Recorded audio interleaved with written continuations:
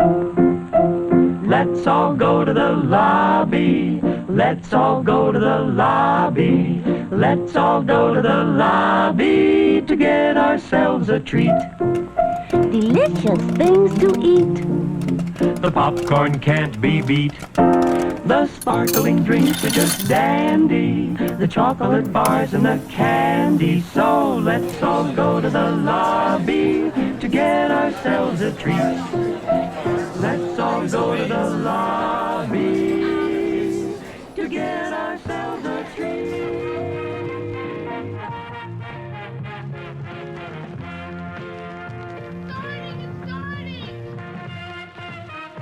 I'm a fan of classic movies.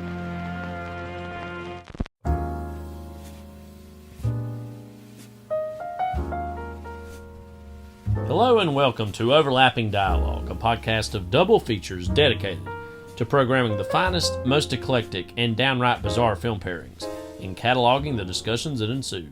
We're your gruesome twosome, Kyle and Levi Huffman. I'm Kyle. And I'm Levi. And here we are, Levi, episode 96, climbing on up the ladder.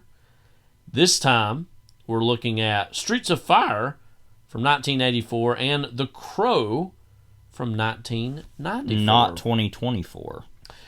Yeah, so we're going to talk obviously about The Crow later in this. What is your level of interest in anyway in this new version of The Crow? Zero.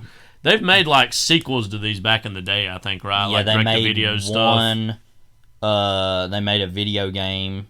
And of course, there's the whole graphic novel itself and the comics, and we'll talk about that later. But I don't know. I feel like just by my little exposure to the graphic novel, which I stopped reading because if you think this movie's depressing, daggum. Yeah. I was like, I can't read this anymore.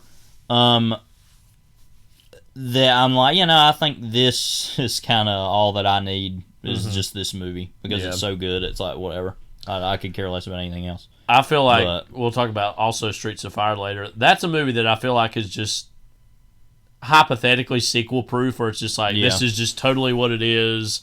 Perfect length, doesn't overstay its welcome, gets out of there. You, as much as you love the world of the movie, you feel like you're totally served. We were talking, you could do like a remake and it be a hip hop act instead of rock, and it'd be potentially interesting. But it's like, what's the point? It could be a hip opera instead of a. Oh, now that's funny.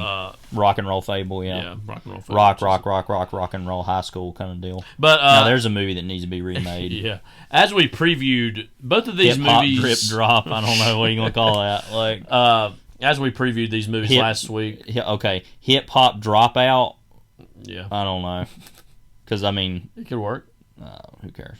I'm really curious to know to what extent Walter Hill would be curious in letting that move forward. Probably zero, zilch, nada. He probably don't even own the movie anymore to make that decision. I don't know. Probably not.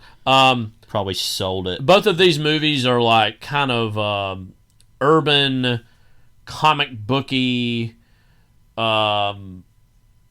vigilante or stories to an extent. Yeah. Obviously, The Crow more so, but they both have kind of these.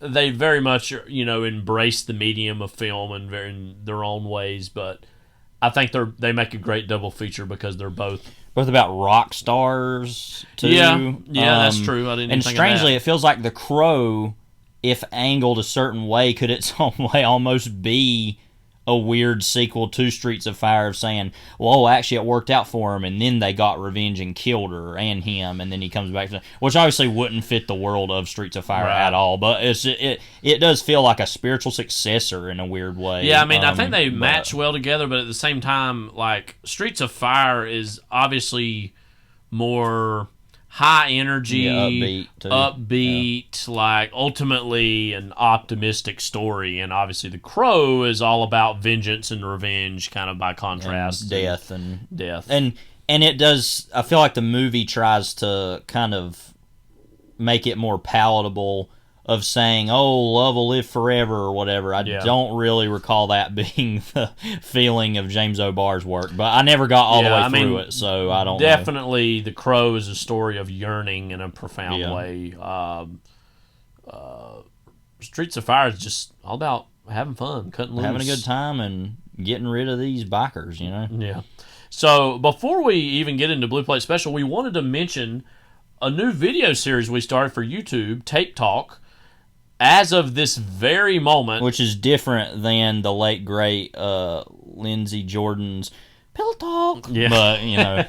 as of this very moment, it's actually currently blocked from YouTube due to a copyright situation, which I'm very sure is going to be taken care of. Of all things, Freddie Got Fingered was what did. So that tells you what one of the tapes is going to be. Yeah. But yeah. So we are hoping that'll go through, but I'm very confident it will. But I guess we're planning on doing these maybe every other week or just every so often when we get the time. When we have the time. Yeah. But it's just us basically talking about why we bought the tapes that we bought. VHS tapes, yeah. And kind of comparing them to each other and talking about different categories we talk about them in. Because as we talk about on that, we definitely obviously collect a lot of 4Ks and Blu-rays and even DVDs. But we've kind of got our itch recently to go back and get into tapes again. We actually reconnected a old VCR to a new TV that we have, so we've been watching some tapes more frequently. So again, just a little video series that is on our YouTube channel. Check it out. Again, you can see us in the 1080p flash. By the time that this episode's out there, very, very, very likely that'll be out there and taken care of, and won't have any copyright problems. If not, then we need to go visit YouTube, as in the listeners, the creatures of the night, if you will. Yeah. If you will. If you will. So check that out. We had a lot of fun doing that, and I think the video turned out pretty good, so check that out. All right, Levi. It's time. Pull up a stool. And be ready to empty that stool. It's time for the Blue Plate Special. Hi, Audrey. Norma, can I have a cup of coffee, please? Sure. I'll have what she's having. Hey, who wanted a large pepperoni? Coming up!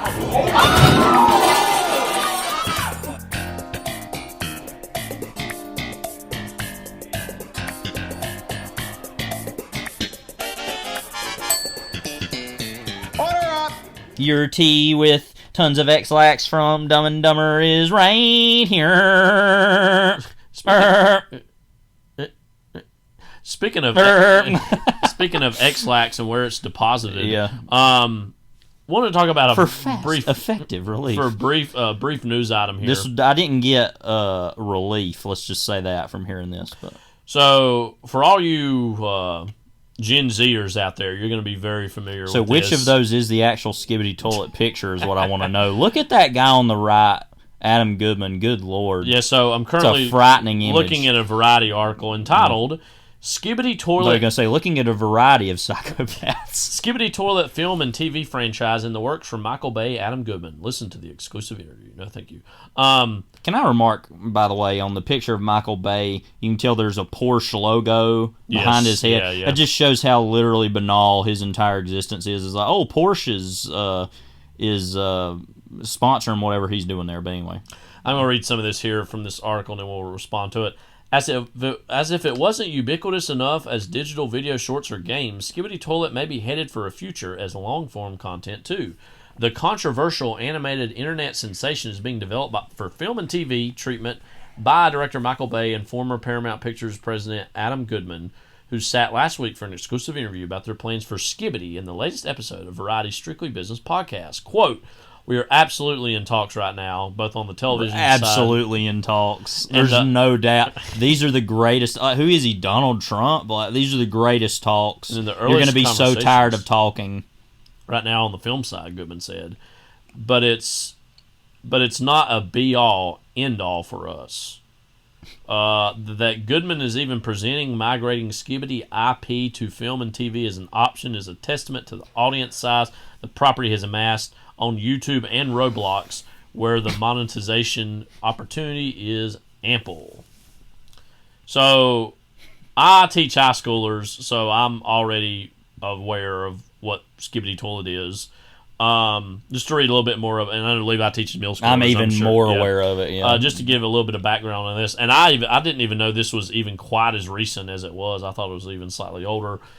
On February 7th, 2023, Alexei Gerazmanov uploaded... I'm sorry to be so, but of course it's somebody with a name like that created this. But. Uploaded an 11-second video to his YouTube channel, Defuk Boom, called Skibbity Toilet, which features a head emerging from a toilet singing. Little did he know it, but the then 23-year-old from the former Soviet Republic of Georgia has launched a genuine cultural phenomenon. Skibbity gradually evolved into more than 71 to 5-minute mini epics depicting the infinitely escalating war between the toilets and the cyborgs. Each video is explosive, violent, and free of any discernible dialogue. Those qualities has won it a worthwhile audience, not to mention the distinction of being a cultural icon Generation Alpha can truly call its own. A lot of places we could go with this, Levi. First of all, you said graduate. I thought I was going to say Skibbity graduated. I was like, oh, I didn't know he had a diploma. So obviously, we could easily laugh at this and move on, but I think it is something to just stop and reflect on ever so briefly.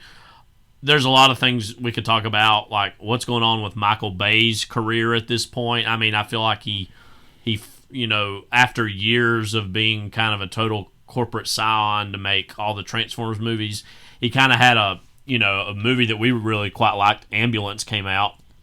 It was like, oh yeah, he can still direct a kind of a straightforward action movie while also innovating. With Ryan Reynolds in it. Yeah, 8 Mile or whatever Enemy it was. of the State of Ours, Ryan Reynolds. No, that's okay. That's not the name of it. It was like 8 Underground. Yeah, that's what it was. Yeah, or I said 8 Mile. Yeah, I knew what I was doing there, but also the whole idea of internet phenomenons like a meme being adapted into a film or television project, more traditional media. Now, we did see a pseudo version of this with, I guess, like the Emoji Movie was an attempt to try to take... that, Angry Birds. Yeah, that too. I forgot about that. Yeah, well, I mean, we've seen versions of this already happening, especially in children's entertainment. Now, the video game movie is its own thing, but I feel like Angry Birds is somewhere in between that because it's like, yeah, but like there's no story to that. It's really about birds hitting stuff, like, or even the Trolls movies is so weird because it's like adapting the like funky weird trolls from the 70s with weird hair, which is like doesn't really apply to young children now because they don't even know what that is, more than likely. Yeah, but that's kind of this is a lot more, like you said, like the Emoji Movie or like Pixels or something, where it's like I should say, I guess Ready Player One, while it's like a adaptation of a book, is just thriving on iconography for iconography's sake. Yeah. And so we've been seeing so much of that over the last so many years. I mean, and I know The Simpsons is better than this even, but The Simpsons also primed us for that of, look at this movie reference. It's like, it seems like that's every episode is just this visual reference of Homer riding the bomb from Doctor Strangelove. Like, why do I care about that or think that's funny? Yeah. But I think more of The Simpsons than that because I think there is. Well, that was several decades ago, right. But that was setting the stage in some way for obviously what we've been cycling towards for the last few decades. Family Guy took it to an even bigger level. That's even worse. But all this is just to say that it makes sense like something like this would happen. What does a Skibbity Toilet feature film even look like? I mean, like that or a TV show, like, because say what you will about these videos, like I had seen some of them and I went back and watched it, like, they work really good as like a what the heck am I watching little viral video, like to try to stretch that out into a feature film or television show. I don't even know what that. Yeah, and we grew up, or rather, we're coming of age as teenagers in an age where funny YouTube videos were honestly a bigger deal than they are now, and more niche and more narrative based, I guess. Or like people would come up with stuff and it would just be like, oh wow, what is this? Like, there's all kinds of random stuff we could talk about of like something that used to still be around but probably isn't now. I don't know. It's just some random guy videos which are action figure stuff of superheroes. And kind of turning that from a parody of I'm a Mac and I'm a PC, Yeah. of I'm a Marvel and I'm a DC, into like actual storytelling in a way. Yeah. Which probably wouldn't be as good now as I felt like it was then, but like it felt like there was more of a creativity to things then, and like the randomness would catch on in a weird way, and like I guess the way I can talk about it, it felt like a bigger deal years ago to, I'm going to go spend hours on YouTube. Yeah. And like how now we don't really do that at all. Well, like, a lot of these types of videos that are even shorter are made to be viewed on a TikTok. Yeah. On a TikTok. I wasn't finished with that sentence, by the way. On like a TikTok reel where you're just going through them, or like Instagram reels or Facebook. So like these things are now being made literally to be visually designed to be on a phone and to be viewed quickly to be moved on from, Yeah, and so I guess that's just what I'm saying is like it makes sense that something like this exists, but weirdly it felt like it was a different world years ago when it was YouTube and it actually meant what it said, which was that you could get people like, as he was always called the Watchman preacher, who Hollywood Rape or Hollywood God or whatever you want to call him, or or that other name we won't talk about, the early one. But it felt like people could just go on there and do it. Like it really felt like a really big, interesting, vibrant community for a long time of YouTube, and now it's just become so big it's its own platform. It's like television in its own way, and like it feels like there's not a gold rush, a creative gold rush like there used to be. I feel like weirdly this is exactly the place that probably the people with YouTube for the most part wanted it to become as a new version of television.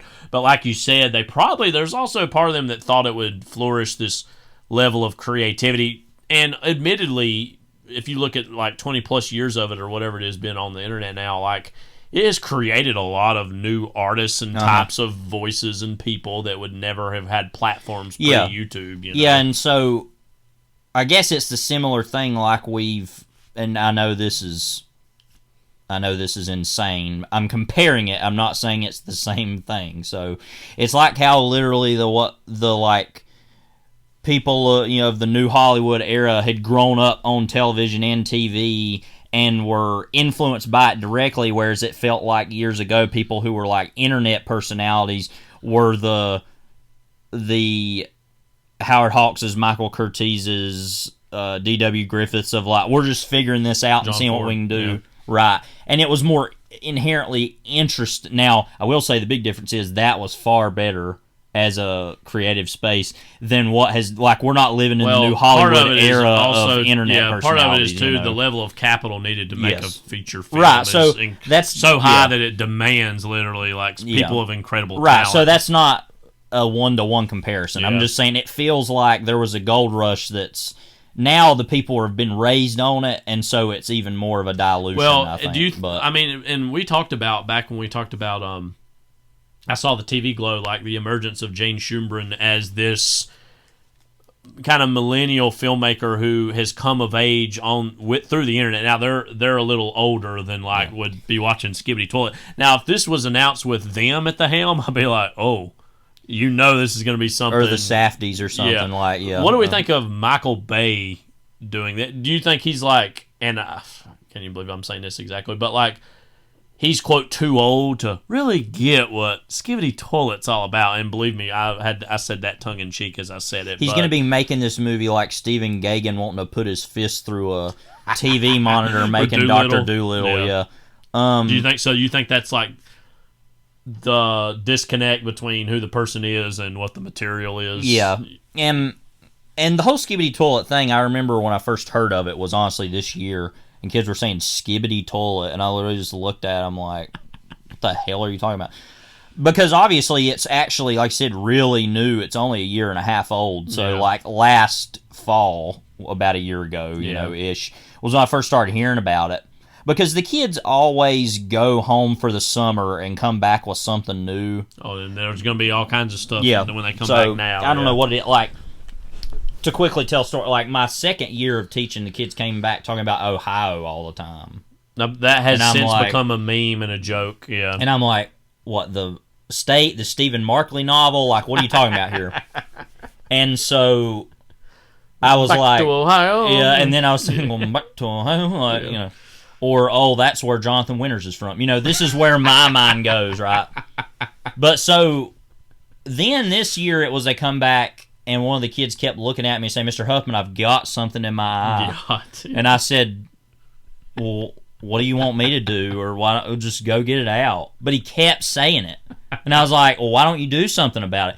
And finally, I figured out what they were talking about within about a week. But I was like, I would look at him like, "We'll go ahead and do something." And that honestly was the funniest use of it that I've ever heard. If that kid's ever listening, I'm not gonna say who it is, and you know, I hope his life turns out all right, because sadly, I don't know that it will. But I hate to say that, but.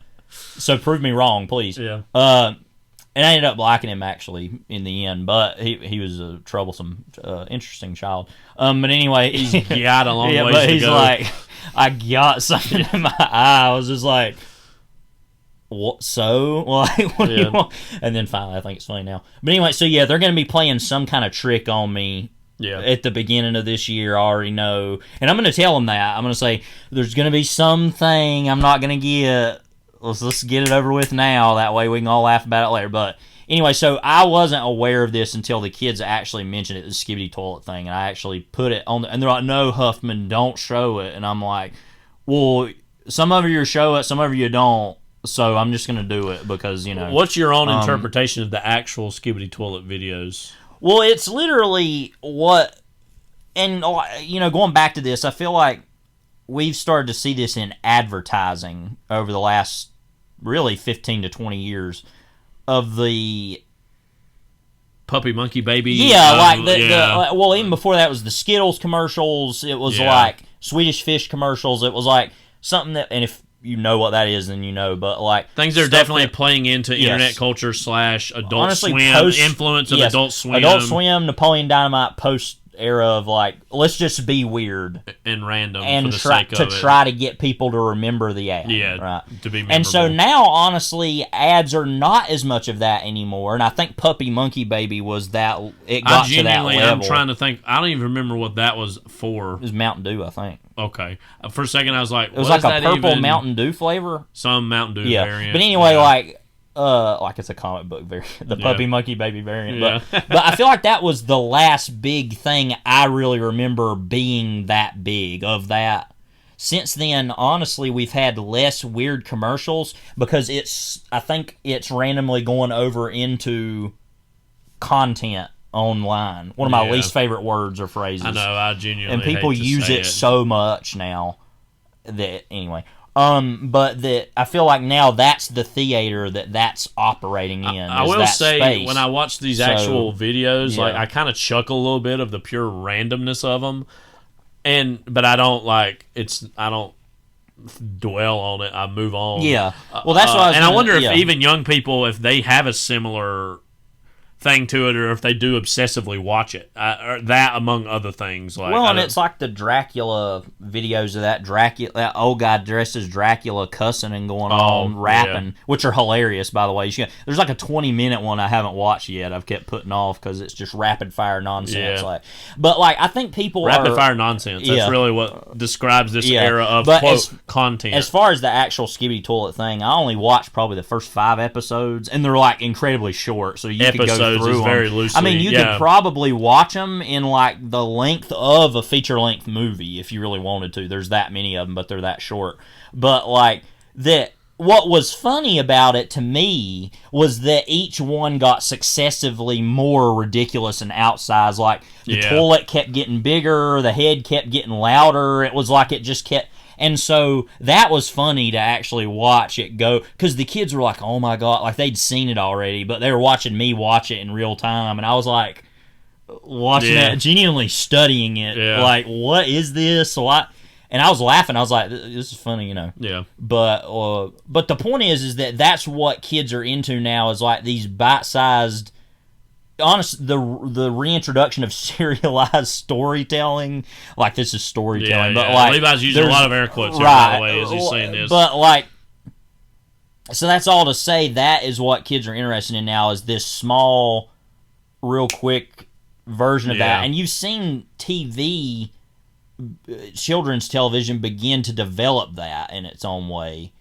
And I think that movies are naturally safer overall as a construct and an idea from this, by nature of that the people that make them are first of all going to be older, more competent, and just movies I feel like are affected by these things slower than TV. TV is going to be the first thing to go. Yeah. Like TV is going to go more towards this direction of garbage than movies are, I think.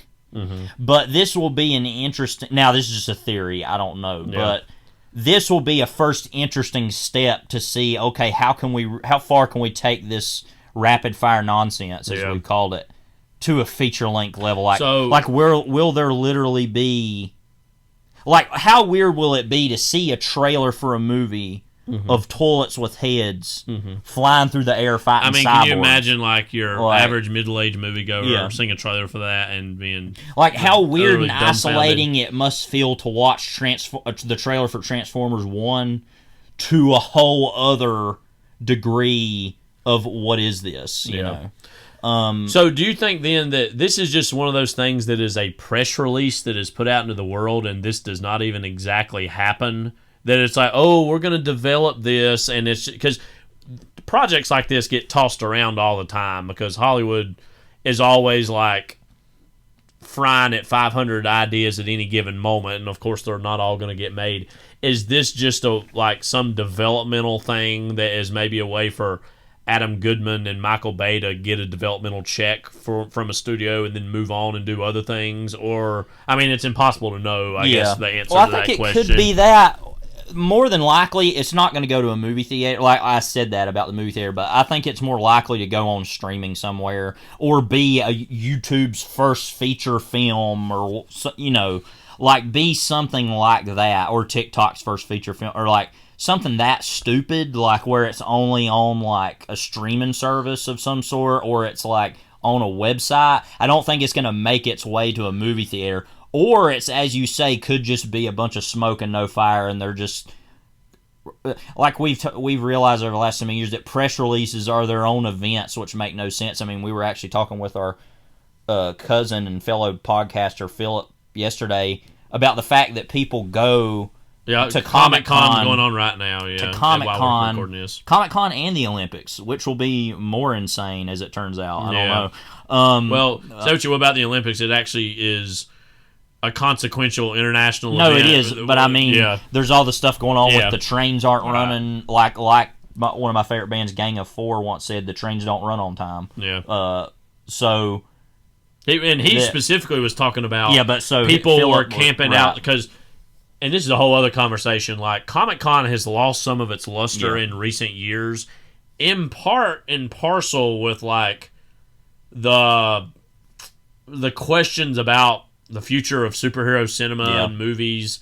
This is, as we're recording this, the weekend of Deadpool and the Wolverine, which is going to do really good business, I know. And it's Deadpool versus Wolverine. I thought it was and the Wolverine. Is it versus? I don't actually know. I was just making that up. It makes sense if it would be versus, but I think it's and. But who cares? That's all we're talking about. Let's move on. But anyways, like Comic-Con, also there was a certain time and place, like in the mid to late 2010s, where it became like a bubble. It could only get so big. Like, I feel like the height of it was when like Batman versus Superman was announced the summer of Man of Steel coming out. Yeah. And and think about Josh Brolin. Right. That was when Ben Affleck was announced as Batman, and like that was that time and place of Comic-Con is just not there anymore. Anyways, there's people camping outside of Hall H, which is the most. That's the nerd mecca. That's like the biggest place there, and so like I think because they're going to have a Fantastic Four panel tonight, this Saturday when we're recording this, because it was also a news story that James Gunn's Superman skipped it this year because that was expected. That was maybe skibbity toileted this year. But anyways, that he was saying something along the lines of, imagine all these people waiting outside for a preview of a movie and all the other movies that never get that level of attention when it's really they're waiting for a teaser of a movie that is yet to be made. They're not even there to see they're not there to wait for Phantom Menace. They're there to like just see something that we're going to see online pretty immediately after. I mean, this is why nerds are so lame, ultimately, and why nerd culture There sucks. has been some people that said that this general phenomenon with Comic-Con of the last so many years is actually a good thing, because it's like, oh, nerd culture is almost resetting to be more of a outsider, might be a strong term, but like more of a niche thing, the way it used to be than it is now. Well, and like, there's some nerds that actually want that to happen and think it got too big anyways. And some who have actually good intentions in thinking that, and some that don't have good intentions. That's a complicated conversation. But I mean, you think about Comic-Con, for example, like we were saying, when Marvel was really big, when the height of like the Avengers were coming out, those movies were coming out, and like, Game of Thrones was a thing, and Breaking Bad was a thing, the Return of Star Wars, right? And so none of those things exist anymore, because think about it, Breaking Bad's over.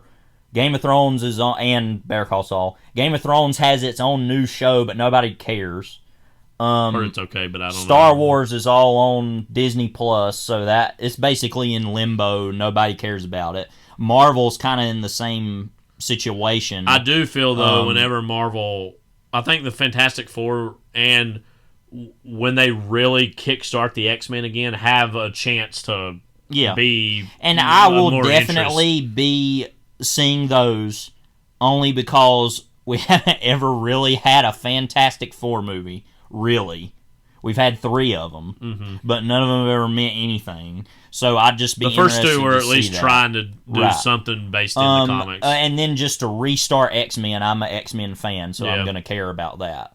But so like all these things we're mentioning, it feels to me like nobody really cares about anything right now. Even though they still have a lot of oxygen on the internet, but not in the way that they did 10 years ago. Right, and then video games have their totally own other E3 area. So it feels like it should go back to being, here's this famous person that you can get an autograph with, or you go and see these people's collections of stuff, and maybe you can buy some. I mean, that's what Comic-Con really is. Or like literally about comic books. Right. Literally what it was as a convention, you know. Right. So, and again, as I said, there's people that wanted to get back more to that.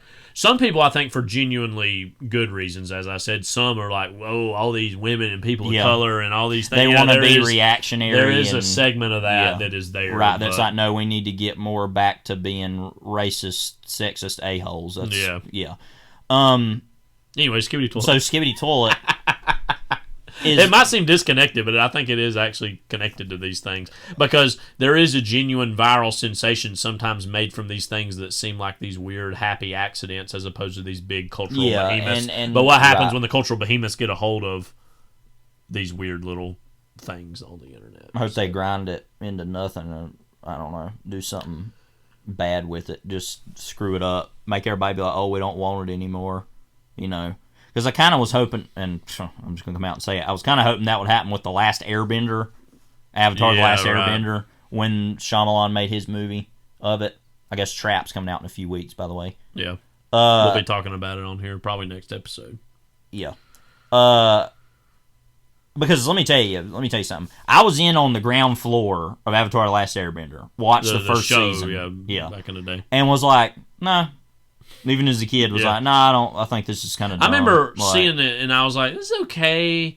But it was at the same time, like, Justice League and Justice League Unlimited were things, and I was like, I'd rather watch that. Yeah. And so, like, and let me say, for fans of this series, like, and I know a lot of them. I know for a lot of people it's been gateway to anime, too. Right, and, I mean, I'm admitting I haven't seen much of it, but I saw some of it as a kid and have seen some since, and I'm like, yeah, no, don't care. But I was hoping, maybe that'll, like, really sink that movie, how bad it supposedly was. Right. But that didn't happen, so... Yeah, I mean, things endure. Yeah. So maybe that can happen with Skibidi Toilet, though. We'll see. We got to say before we move on, because we forgot to mention it, we were in Gettysburg. Yes. There was we walked down past Gettysburg College, there was this statue on the side of the road. Oh, I forgot about this. And this car pulls up. And it's this family, and this kind of younger kid in the back looks, and it says, I think it says something about it was for one of the armies of the Ohio. Yeah.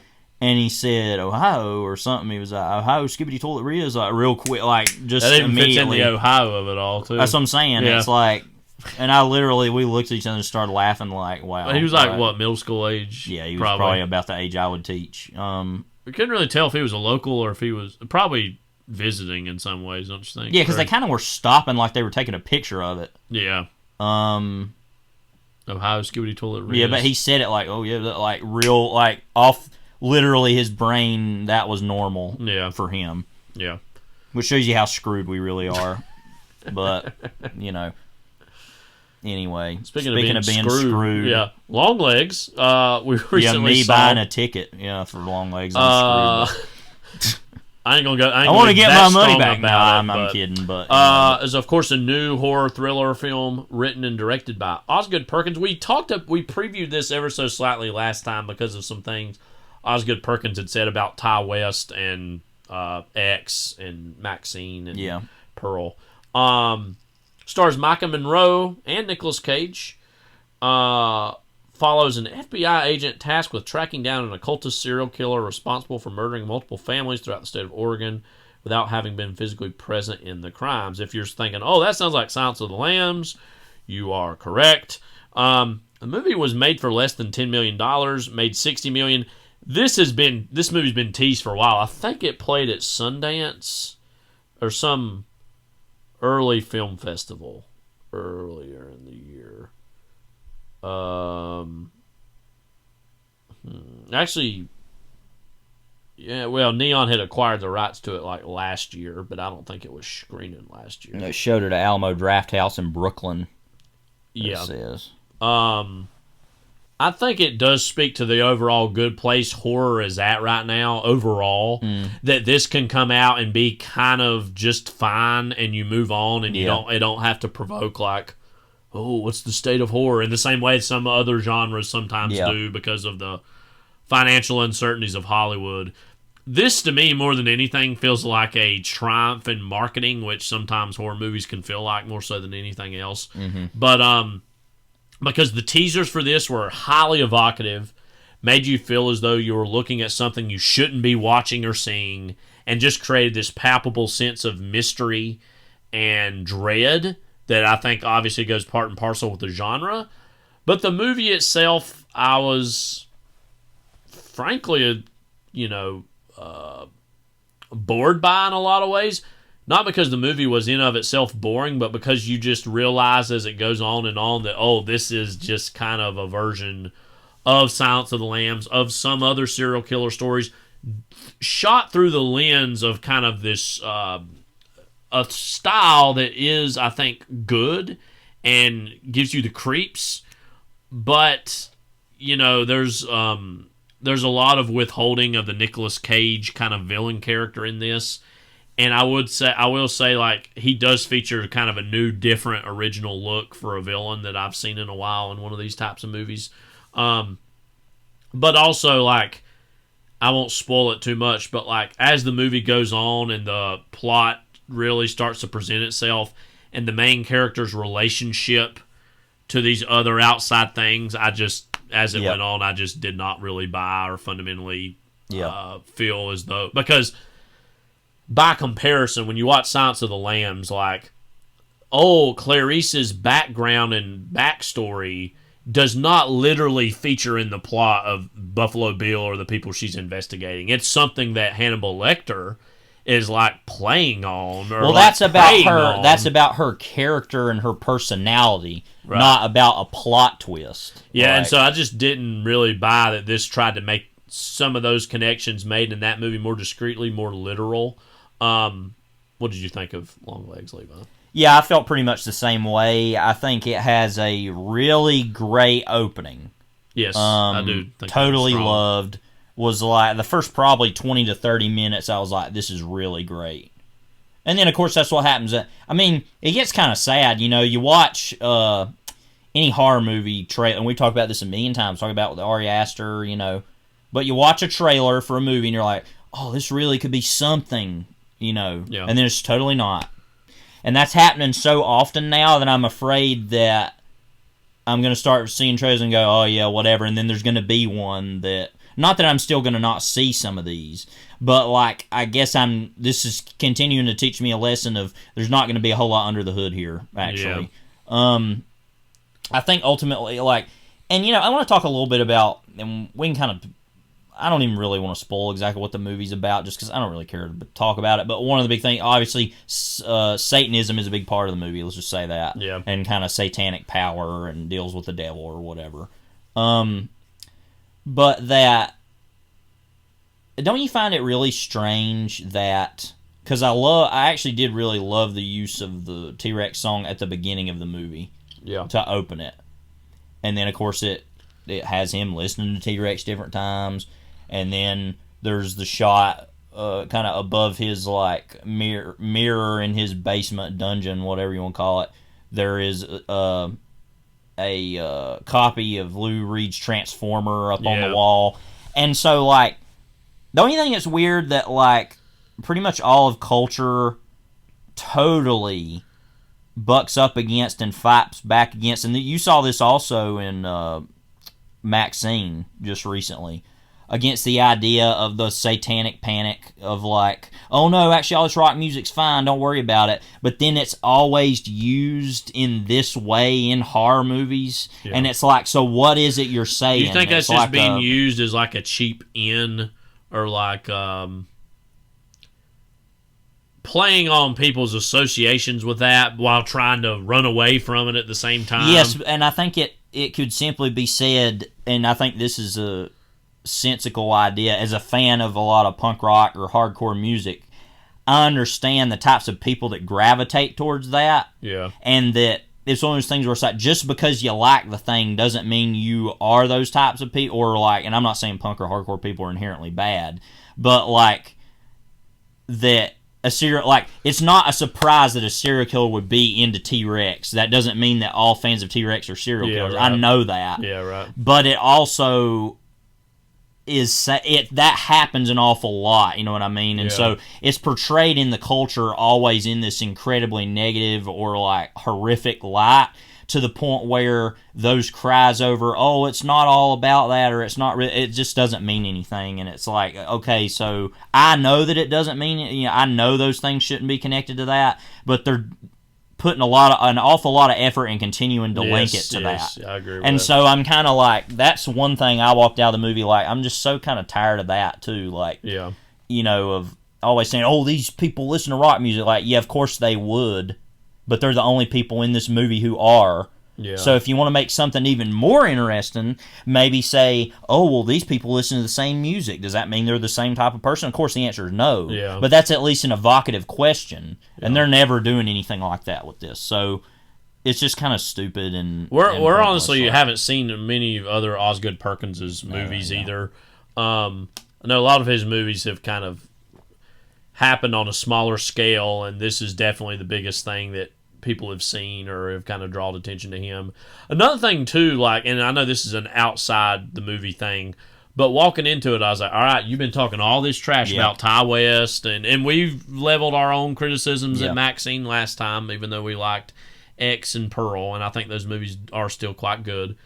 But he'd been talking all this trash, and so it's like, funnily enough, I'd probably rewatch Maxine before I'd rewatch this. I would, yeah. So definitely, which is not something I was expecting going in, but so it's like, all right, what do you got? And it's like, oh, you turns out you can do another reheated thing like he can. So like, why are you talking all that trash when you're just doing a version of something that we've seen? I'm starting to ask the question. Of course, I know the answer is no, but I'm going to ask it anyway. Like when they said, is rock dead? Is horror dead?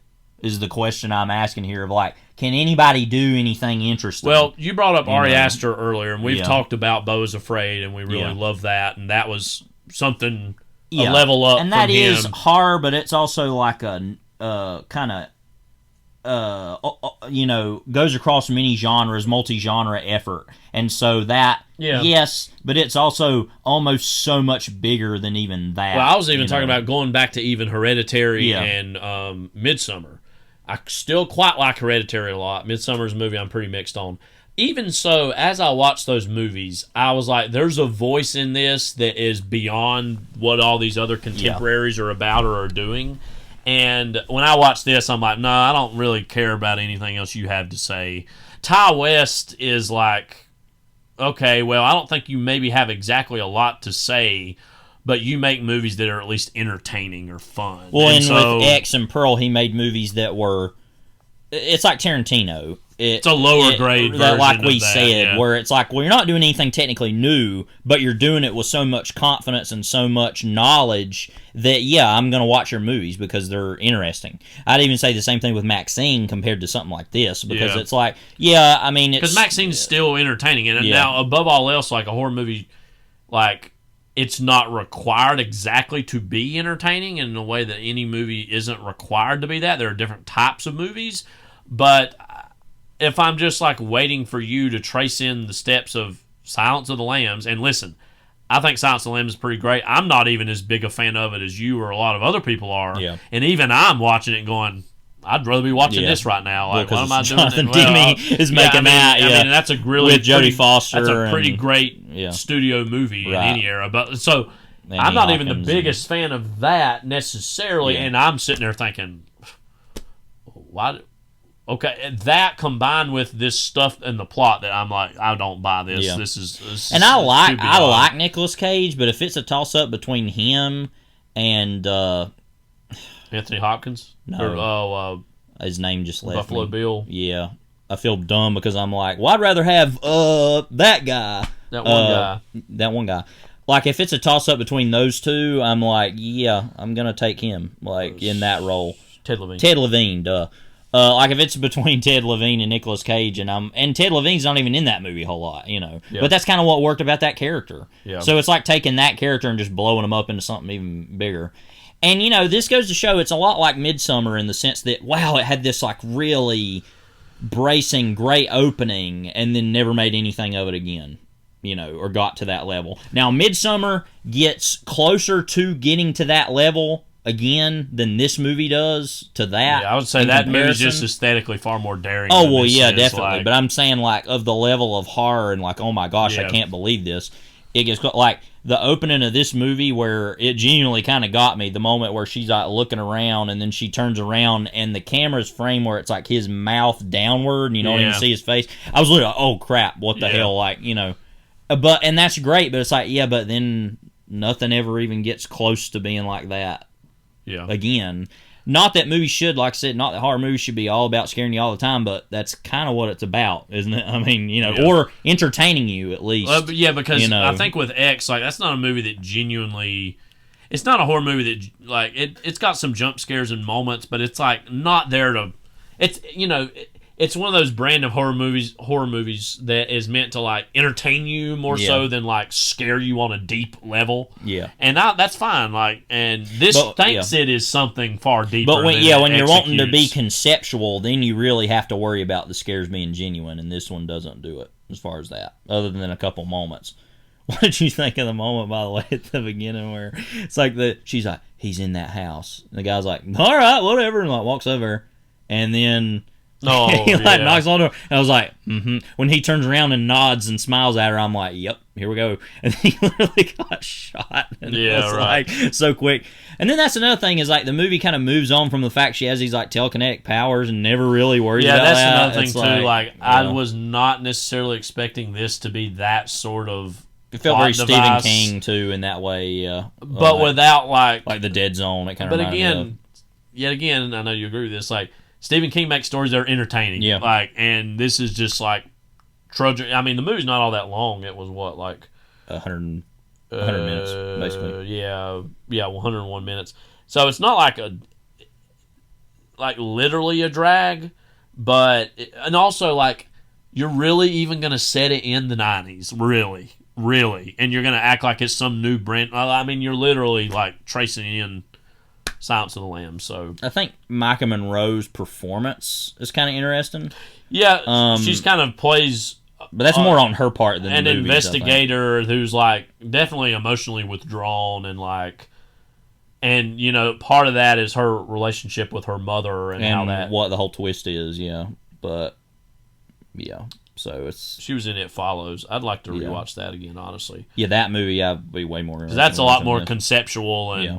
that's a very interesting example. I'd say it is still modern, but it's like 10 years old now. But where it's not about the jump scares, it's about this slow and it's about the dread, nostalgia. I mean, it's actually a great nostalgia piece of a movie, I think. And I remember when it came out, and it was such a big deal. And I saw it a couple years after it came out. Yeah. But yeah, that movie, I feel like was one of the last horror movies that, because I'm not even the biggest fan of that movie, but I feel like it's one of the last horror movies that really meant something in a big way, as far as like, wow, this actually is kind of different, while also being exactly the same as other stuff, and that's what you have to accomplish here. Now, of course, Under the Silver Lake was pretty stupid and whatever, but what's his next movie? Flowervale Street.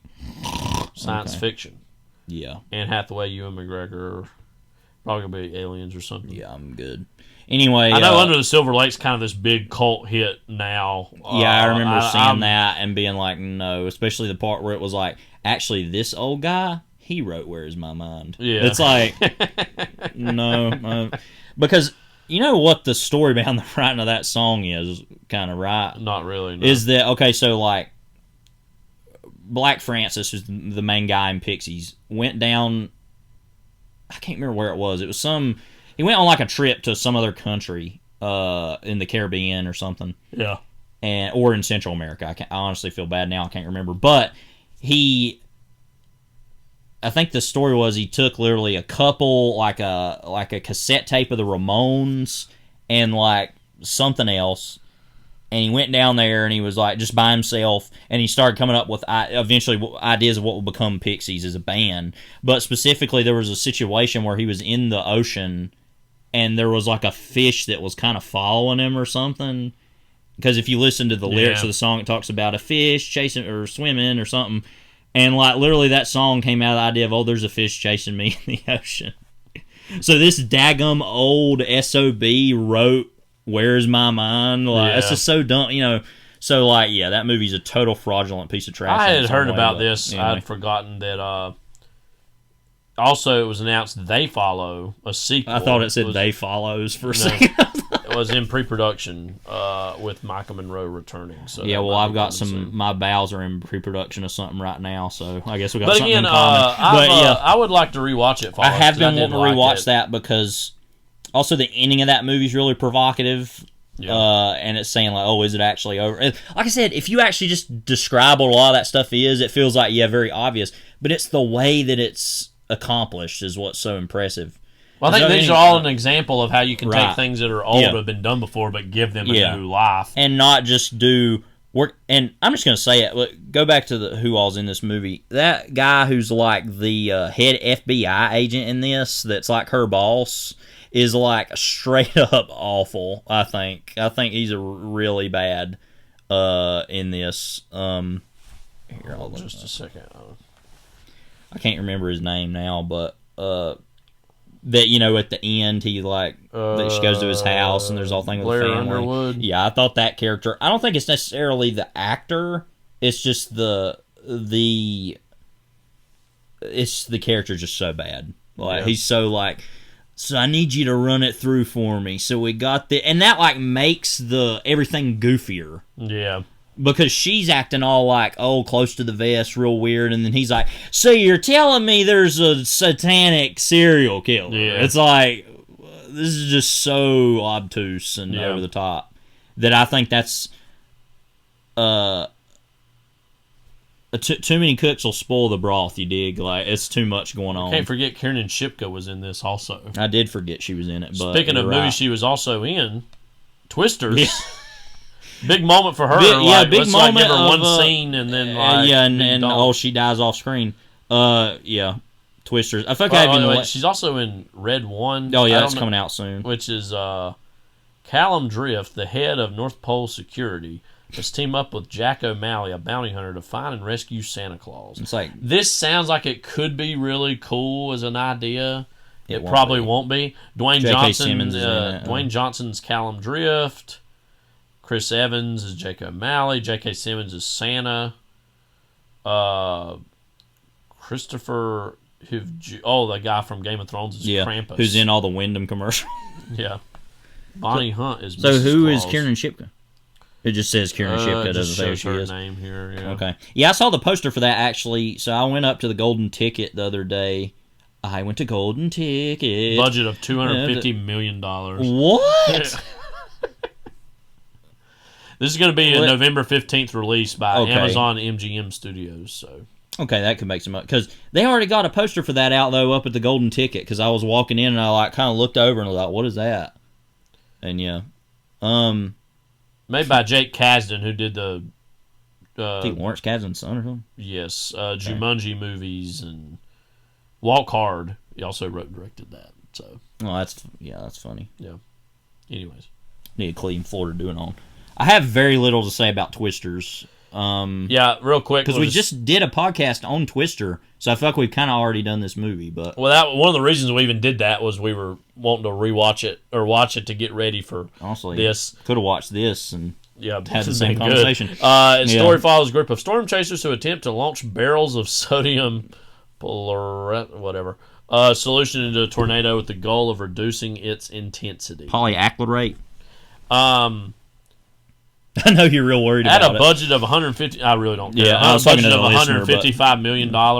Made $163 it's actually made some good money. Million. Yeah. I know it's going to be one of the hits of the summer, and I feel like everybody's been kind of predicting it for a little while now. The emergence of Glenn Powell as kind of a bona fide new movie star, and this definitely confirmed that.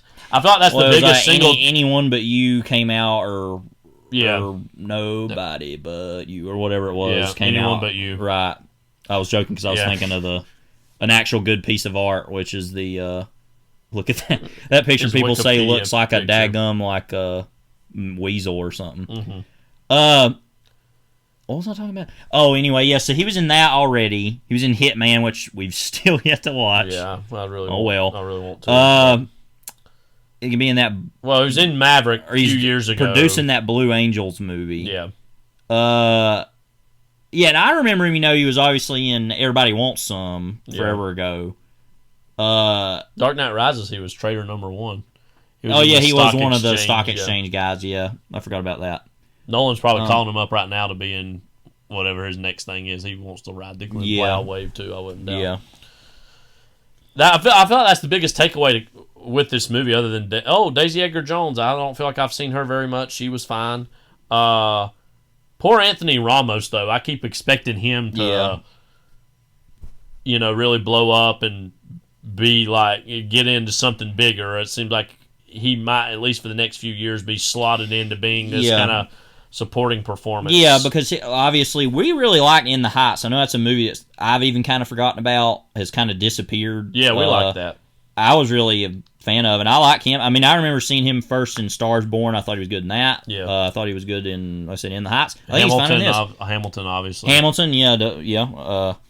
And so, yeah, I mean, like I said, I wish he would kind of make some break. I feel like In the Heights would have been that. That kind of break. The movie got generally shrugged at. Well, and I think it's partly because of COVID. Yeah. Because I feel like that could have rode the crest of the crest of the Hamilton wave at one point. Yeah.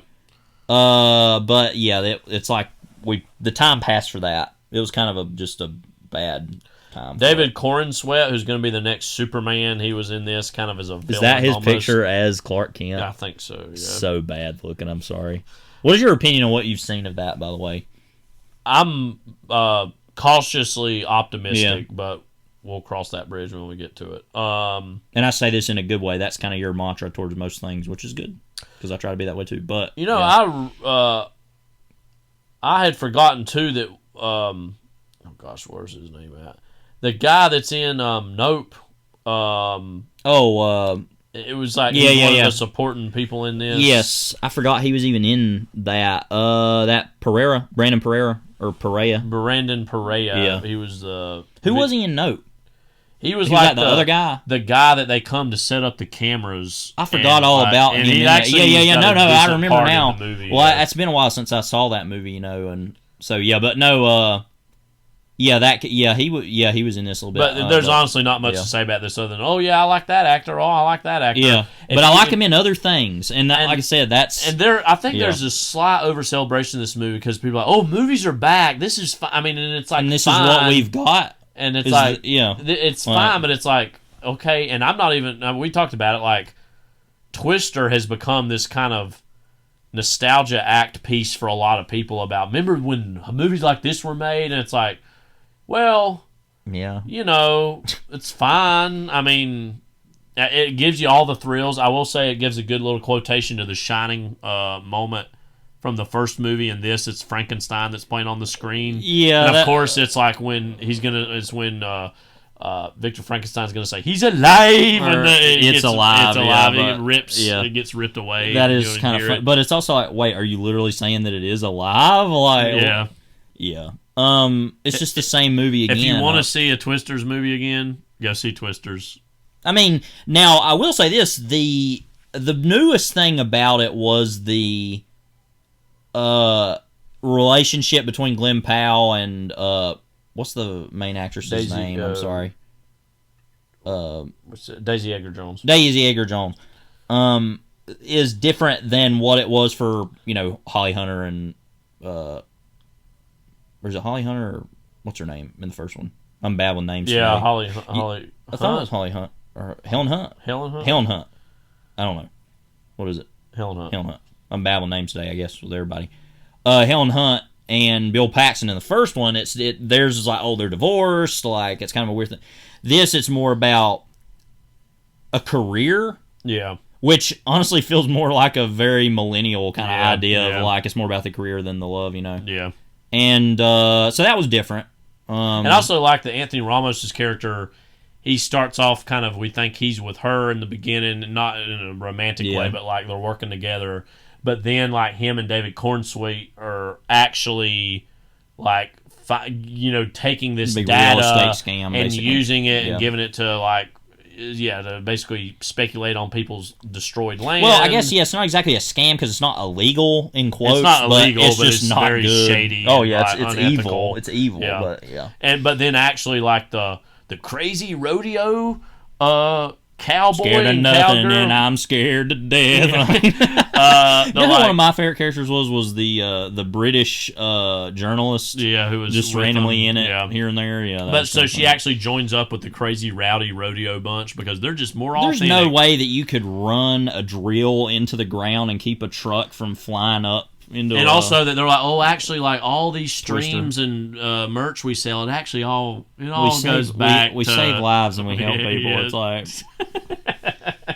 Scared of nothing, I'm scared to death. If you think you're gonna like this movie, you will. Yeah, that's I don't the know thing. how else to say. If you're not gonna like it, you're not. Yeah. I mean, you literally, it's exactly. I've seen the movie already. Don't act like this is great or special in the same way. Don't act like the first movie is great or special. They're both fine. They're both fine.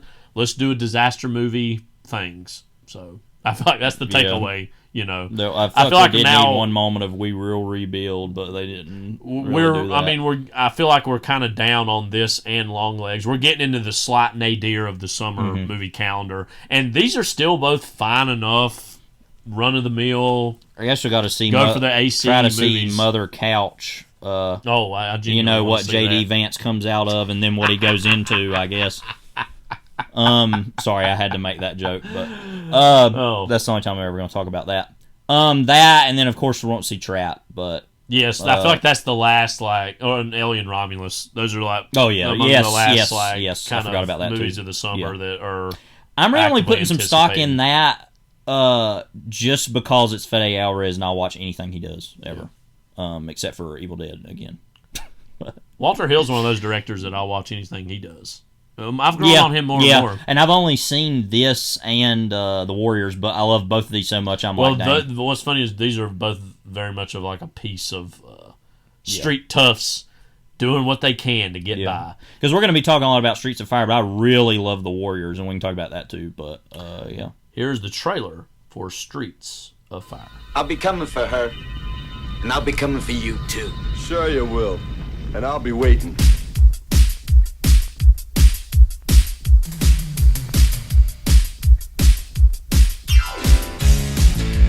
are about to enter a world unlike any you've ever seen before, where rock and roll is king. The only law is a loaded gun. Where the beautiful... Stay and see the show, it's really good. The brutal... I want Tom Cody. And the brave all meet. From now on, it's for real. In Streets of Fire. You're lying in your bed and on a Saturday night, you're sweating buckets and it's not even hard. But your brain has got the message and it's sending it out to every nerve and every muscle you got. You've got so many dreams that you don't know where to put them, so you better turn the fuel on loose. Your body's got a feeling that it's starting to rust. You gotta rev it up and put it to use. And I don't know how I ever thought that I could make it all alone. When you only make it better, and it better be tonight. I'll be there for you tonight. And if you don't have anywhere to go, you go down on the pedal and you're ready to roll. And even if you don't have anywhere to go, you go down on the pedal and you're ready to roll. And your speed, it's all you'll ever need, all you'll ever need to know. Darling, darling, you and me, we're going nowhere slowly. And we gotta get away from the past. There's nothing wrong with going nowhere, baby. But we should be going nowhere fast. Everybody's going nowhere slowly. They're only fighting for the chance to be last. There's nothing wrong with going nowhere, baby. But we should be going nowhere fast. It's so much better going nowhere fast. Now, from the creators of 48 Hours, Universal Pictures presents Michael Paré, Diane Lane, Rick Moranis, and Amy Madigan in a Walter Hill film. Streets of Fire. Kind of want to just watch Streets of Fire again, to be honest. I mean, after watching that trailer, there are movies I think sometimes where, and this is a 4.5-star movie, so let me say that. Yeah. So it's not like a out of 5-star. 5, yeah. But where there are moments in them when you think there is a movie that isn't any better than this. This is one of those And movies that, as you're has watching moments it, of you're that. totally. Yeah. This is me. I'm not thinking about any other movie when I'm watching this Yeah. for the most part. I might think like, oh, this is kind of reminiscent of this or Right. that. Or it's kind of like The Warriors. But on the whole, I'm like totally in the world of this movie. And that's the single best thing about it, among many things, is that it creates a world that you just want to live in. And seems kind of slick and dangerous, but you feel like you'll be okay just to drop in on it. Yeah, the first 15 minutes, though, is literally like, there isn't a movie better than this in the world ever. It's like, and it's hard to pull that off because, you know, Billy Wilder once said, you know, and we were talking about that just a while ago with these horror movies that start great and then nothing. This actually is consistently great. Yeah. So, but literally, it's like Billy Wilder said, you have a great opening, great ending, no bad scenes. And I'm not a big Billy Wilder fan, but necessarily, but yeah, I mean, this is one of those that stands as testament to that. So. Streets of Fire is 1984 American action crime neo-noir film directed by Walter Hill from a screenplay by Hill and Larry Gross. Larry Gross, I think, also co-wrote, along with Stephen D'Souza, Roger Spottiswoode, and Walter Hill, 48 Hours. Yeah. Now, also Stephen did D'Souza another would go 48 on to Hours. write a lot of movies, but especially Die Hard. So, yeah. So Hill and Gross have worked together before. Right. Described on the poster and in the opening credits as a rock and roll fable, the film combines elements of automobile culture and music from the 1950s with the fashion style and sociology of the 1980s. It stars Michael Paré, was how you say his name? I guess. Diane Lane, Rick Moranis, Amy Madigan, Willem Dafoe, and this is a very early Willem Dafoe, Deborah Van Valkenburg, E.G. Daly, and Bill Paxton. Follows ex-soldiers Tom Cody, played by Paré, and McCoy Madigan, as they embark on a mission to rescue Cody's ex-girlfriend, Ellen Lane, who was kidnapped by Raven Shattuck, played by Dafoe, the leader of an outlaw motorcycle gang called the Bombers. You left out one name there. Okay. Who is it? your boy Lee Ving as Greer. I was going to crack up my coat to his name being said. Lee Ving. Yeah, but anyway, we'll get to him later. Greer. But I just wanted to say that. But he's actually still alive. I was kind of surprised by that. Yeah. I was like, oh, you're still alive. Yeah, they just put an album out last year. Really? Yeah, it was all right. It wasn't as good as their other stuff. Fear, I'm talking about. Right. We'll talk about that later. I know this movie came out June 1st of 1984, so it's like about 40-year anniversary now. Yeah. Received mixed reviews from critics and also was a box office disappointment. It had a $14.5 million budget. And this is one of those other movies, too, that you feel every ounce of the budget. I mean, it feels like it's 2 or 3 times the size that it really is. Yeah, but it honestly feels like it could even be, because it's so contained, cheaper. Even. I mean, but most of that is in the action sequences. And the music, I would imagine, licensed too. Yeah, I mean, no, it's clearly, there's a lot of money going on here, but yeah, it feels like it's so lived in that it feels like it's less money. Like, I don't know, you know what I mean? It's like it's so effective, it feels like it could have been less money almost. The box office for that $14.5 million budget was $8.1 million, so it underperformed. A little over half. But this was, again, a pretty big Universal Studios picture release. Did he make 48 Hours before this? Yes. Just we can talk about Walter Hill a little bit. As far as his filmography before this, now he had written a string of movies prior to when he first directed Hard Times. Hickey and Boggs, The Getaway, of course, the Peck and Paw movie. I knew there was something that I was trying to think of. The Macintosh Man, The Thief Who Came to Dinner, The Drowning Pool. Yeah, that's which is that a sequel to Harper. Yeah. Which was directed by Paul Newman, I think. Yeah, or Stuart Rosenberg. No, I thought Paul Newman did direct that. Never mind. Stuart Rosenberg. Never mind.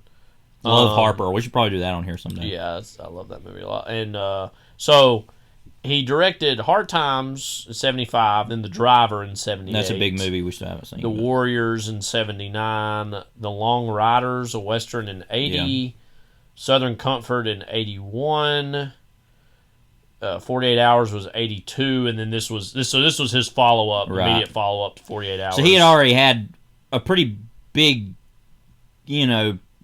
especially 48 Hours, but even before that, a pretty big box office success with a lot of those movies, I feel like, before that. At least from what I can understand. He made a movie called Crossroads about Robert Johnson, inspired by the legend of Robert Johnson. Never heard of this. Actually sounds interesting. Came out in 86. And he also did Red Heat later on, the Schwarzenegger-Belushi movie, which I love on the poster. It's like Schwarzenegger holding the gun and Belushi just holding a cup of coffee. That is funny. And then he made that one movie, Last Man Standing, he made at some point. Johnny Handsome, he also did. Who's in that? What is that poster? Mickey Rourke. What even is that poster? It's like that's a face right there. Oh, look. Yeah. Oh, it took okay. me a second to I see it now. Yeah, that's weird. Yeah. Alien, and of course we have to remember he produced the Alien movies too. Quite a few of those. Yeah. At different times. Right. So he's definitely and was also one of the big producers, notably on Tales from the Crypt. Yeah. I feel like he's one of those journeyman writers and directors. And created Deadwood, by the way. Just yeah. By the way. That or was a producer on it. Yeah.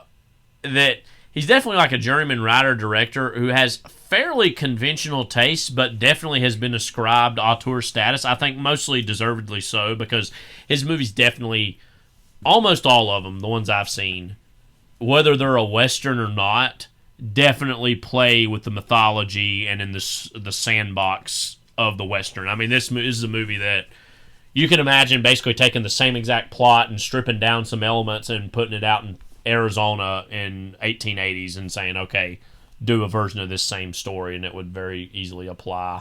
I know we've not seen many of his films, but knowing the imprint of Walter Hill, what comes to mind for you? Well, my first thought's always The Warriors. because that was the first of his movies I'd seen. Yeah. Was totally blown away by that when I first. That was saw a movie it. I definitely didn't expect to like as much as I did, and I was like, oh, okay. Because I remember years ago seeing 48 Hours, and I might feel differently about it now.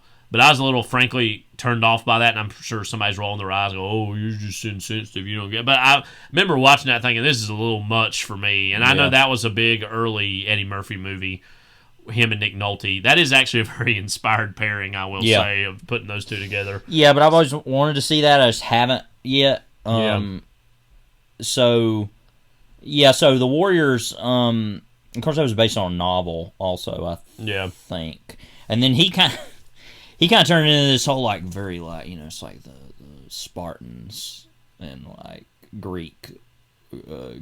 ancient Greek history and all that stuff. And it's like, I just want to see the guys fight. I don't care what you think it is. Right. But that's a little pretentious, but the movie, stands as that anyway.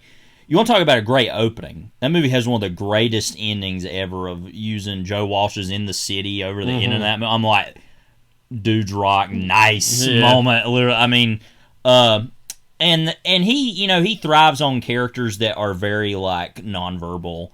Like I said, very Western. I'm very characters. Much like a Shane kind of character. I mean, but that's the case in that. The driver, I'm assuming, is that as well with Ryan O'Neal. Several times. You have that here with Michael Paré in this. Nick Nolte in various movies he's done also. Right. And then I haven't seen Southern Comfort yet, but I know One thing about Nick Nolte, though, is he's one of the whiniest tough guys I've seen in movies. He's always like got an attitude or anger. Of course, him in Cape Fear is also a really interesting performance. But him and Lang, what's her first name in that? Diane Lang. Yeah. Is it Diane Lang? Really? No. Lang that's in Cape Fear. What's her name? Angela Lang. Oh, that's It's Lang. I know it's something Lang, but I can't remember any names at all today. So Jessica Lang. Okay, there we go. Him and Jessica Lang as a married couple and their daughter being Juliette Lewis is all a very interesting family dynamic. Like, that's fascinating to me. But yeah, like, in this, it feels like with Michael Paré, I was going to say in Southern Comfort, you have, like, David Carradine kind of in that, or not David Carradine, Keith Carradine, maybe being that and that. Of course, I mean, you literally have all the brothers in the Long Riders as being versions of that, too, I assume. Yeah. And then Bruce Willis in Last Man Standing has to be that, So but I feel like Michael Paré's not a great actor. Go ahead and say that. I'd say he's okay. He's serviceable, but he's the weakest element of this movie. I'd say if you took him and put Mickey Rourke in this, it could be 5. Yeah, maybe. I think honestly that could happen.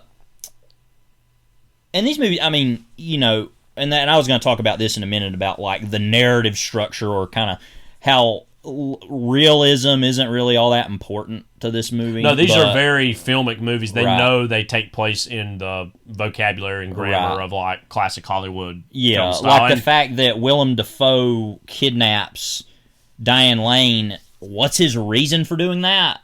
Just other than being just a sexual pederast or predator. Well, yeah, but, like, there's no but what's so great is, like, you don't need one when his introduction is him walking in while she's performing, and then his face is at first, there's that great shot of it's just like darkness over his face, but you see his outline, and then he keeps slowly getting closer, and you're slowly even before that shot where the doors open up and they're just standing there, in the light and behind it's like them. It doesn't matter why any of this is happening because it's so great and so stylish, and he at least recognizes that you don't really care why it doesn't. He understands that doesn't matter. Yeah. And not a lot of movies can get away with that. It's all about the tone, and this movie has the perfect tone to do that, obviously.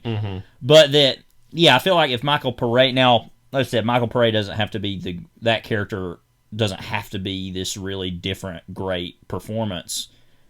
But I feel like if somebody like a Mickey Rourke could have pitched it on a more lower, soulful level, and I think that could have even shot this movie up a little bit even further. I didn't even mention him when I was thinking about when we were watching it, who could have been maybe better suited for this. But even like, I don't know, like You get a Michael Biehn kind of feeling from that too. Yeah, he could do that. Like, yeah.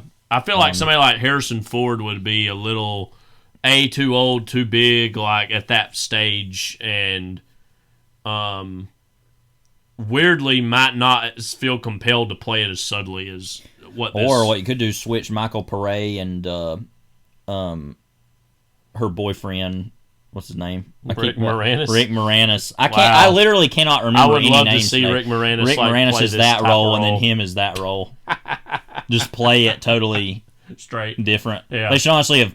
What they should have done is literally shot the movie and then just do the same scenes and release a different movie of the Moranis I think cut. too, like there's I think certain people hear us talk about or describe what this is would maybe roll their eyes and think of this as like pseudo toxic masculinity or like very like man's man kind of thing. But like I feel like it's definitely all got a sense of humor about itself because somebody like the Rick Moranis role, it's like you look at all the dialogue and the delivery of what he says is very tough and hard edge. Yeah. And I love this. I love Rick Moranis. It's being played by Rick Moranis. That in of itself is like a comedic. He's like, hey man, you're not going to do that. Yeah. It's like, okay. Yeah. Like, it's this whiny, wimpy nerd who's in the middle of this whole world and like doesn't really get roughed up nearly as much as you expect he would. Yeah. Almost feels like a cartoon character come to life. Like, and again, this movie has the sense of humor. He feels like a about BoJack itself. Horseman character that's like, oh, I'm a music man. I'm a manager or whatever, and it's like real shrill, ridiculous. Person. It also has a weird like homespun honesty about itself to not embrace the cliche ending either. To say, oh well, Cody and oh gosh, what's her name? The character's name? Diane Lane's character. And Ellen Aim. Ellen, oh, they just get back together. I mean, it's like spoil the ending, but like, no, he's going to go his separate ways. And he actually feels more kinship with McCoy, Amy Madigan's character, but not in like an exactly romantic way, more of a brother-sister. Right, and the movie's kind of, position her as this like, more butch figure, like, but it never really says anything about. She's like, "You're not my type" or whatever. Yeah, but not my type, I think Cody. it does imply she like had a boyfriend or whatever, and like so it's not exactly saying she's a lesbian, but it's kind of coding it that way. Yeah. But that relationship is a lot better for that. I think to just be like, yeah, they're just gonna leave. I mean, this was whatever. an era of that in the '80s where like you get gosh, that one character from Aliens, I can't remember her name. Oh well, like, that's in all of the James Cameron movies. Yeah, right. That is kind of coded in a more explicitly maybe lesbian kind of direction, but she's also in Lethal Weapon 3 or Lethal Weapon 2. Sorry, remember she jumps on and blows. Now, if you're like me, when you first heard the title of this movie, you're like, oh, the Bruce Springsteen song, which is truly one of my favorite Springsteen songs, actually. I'm gonna be honest and say I don't think I've even ever heard that song. You probably have. I probably have. Anyways, this movie's calls itself... I thought you were going to do a Tim Allen... No. Rock and Roll Fable is what it's called. And as we said, like, it's taken the 50s and the 80s and kind of putting them in this big blender and making this thing out of it. I mean, in a lot of ways, and this is a really terrific soundtrack in general, it is produced by Jimmy Iovine, who I believe did a lot of Springsteen records. Yeah, he was a big music producer. Yeah, because I remember we watched that first episode of that documentary about him and Dr. Dre. Yeah, and he did Born to Run, Darkness on the Edge of Town, which had Streets of Fire in it. The River, he also later did.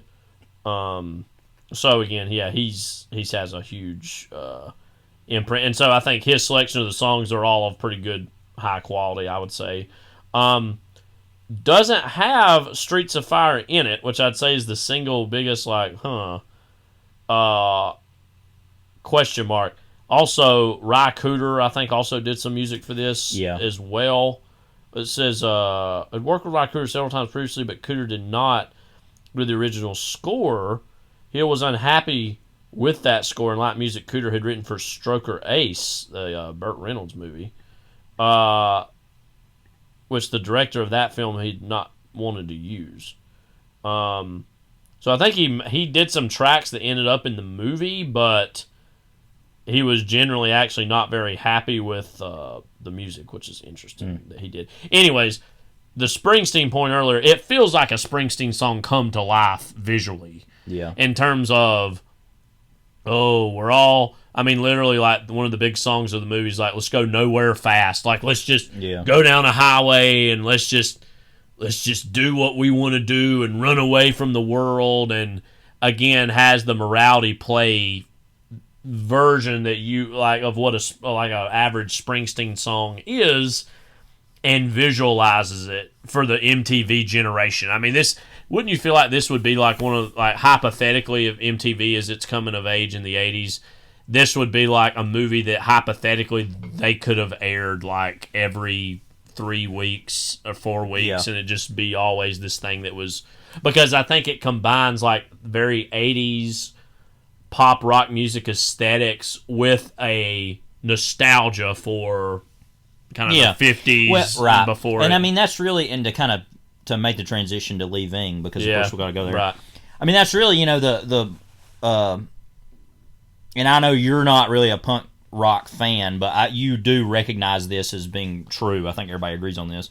Is that punk rock music is in its own way a revitalization of rock and roll as being, this is rock and roll music. It sounds like rock and roll in this like the 50s, different tempo, rock and roll, right? Yeah. And literally he and the Willem Dafoe character, all of them represent these, 1950s Wild One greaser motorcycle types. Yeah. And that literally I saw a quote from Gross, one of the writers who said that Star Wars honestly was a big inspiration on this movie. I just saw on the Wikipedia page because of the In a Galaxy Far, Far Away, saying like it's kind of a long time ago, but it's kind of now or in the future, and like this kind of otherworldly timelessness, otherworldliness, And so, and obviously, you had seen not only in punk music, but also in music that was on, like the Stray Cats, or even there's that one section in the movie where they go to that club that they're all hanging out at, and there's that band that's playing. I'm going to see if I can find the name of it again. The place, it says where Reva worked, or wait, the diner where she works, let's see. Torchies, in the Battery. It's like, the Battery. By the way, it's called Richmond, a city district in a near future dystopian time period that resembles the 1950s. But at that Torchies place, they've got these, rock musicians that are playing a lot more like blues or soul or doo-wop influence. Well, the doo-wop stuff's later, but like this more rock and roll rock music that was kind of coming back as a thing in the 80s, in a popular music sense. Mm-hmm. Because you'd even seen, you ever aware of that Neil Young album from the 80s he made for Geffen that everybody hates, that's like a rockabilly cover album? Yeah. And it's like one of the dumbest things ever. Everybody talks about how bad it is, and like that basically he was in a record contract with Geffen he wanted to get out of, and he was I'll just make trash to get out of it. Yeah. But anyway, that's all saying that it does feel in that time like there is that timelessness there that makes sense. That, like I said, people were already watching things like that on MTV. Yeah. So it makes sense, like I said, to kind of adapt that to this way. And I mean, other than it being, it's a Western, but it's also a 50s movie, but you also have to remember how many movies that in the 50s were still Westerns. And so there's, this whole kind of back and forth, complete circle of ideas that is, portrayed in that way. Yeah. While also being a more kind of a punk movie. And so, it's a lot that it's dealing with. I mean, it feels like something that somebody would say, a movie like that had to have been made in the 80s, but it actually was made. Yeah, right. So it's kind of it almost seems like somebody doing an homage to an 80s movie. Yeah. And it's like, that's what this is. And it feels like Trouble in Mind in another way, too. We already talked about that last Rudolph time. Movie, and I think that came out like, 85? 86? It was like the mid-80s, I think. And that movie's very different. But it reminds me of this, obviously. Yeah. I can't remember the year. It was 85. Yeah. So it's right after this. And in I don't know if that was anyway an inspiration because Streets of Fire didn't really make money. But that movie really. I mean, and it is also part and parcel with a lot of these like very bigger productions that were happening in the 80s. I mean, you look at like Brazil as far as the production design of that movie. Was that movie successful? Brazil, I think it was marginally. I was going to say because I could see that movie not making a whole lot of money. No, there was a huge fight before it came out that came out in '85. Of actually, it underperformed, but was not as big of a flop as it could have been. It had a $15 million budget, $9.9 million. Yeah, it made. There's a lot of battles though, but between I know Gilliam and I think it was Universal behind the scenes about what was going to be released of it.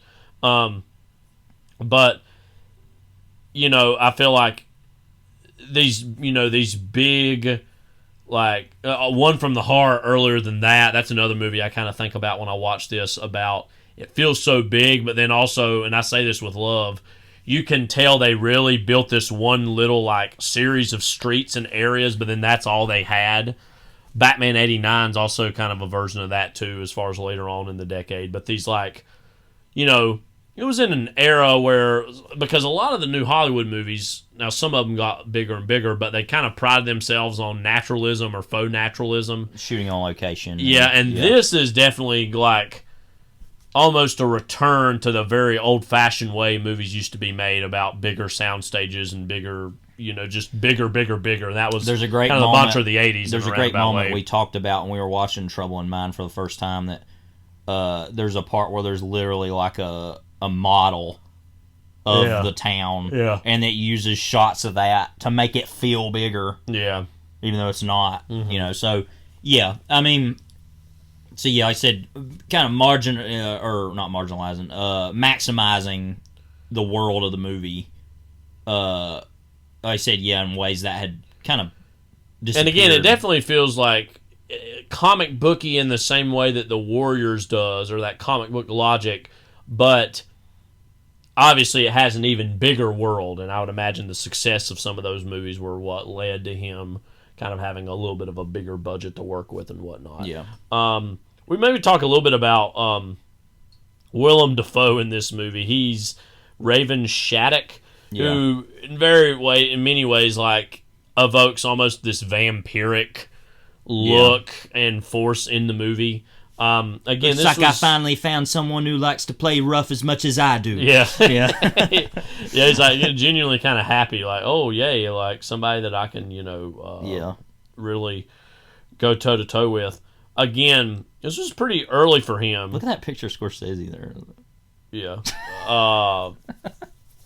Like, why is that on there?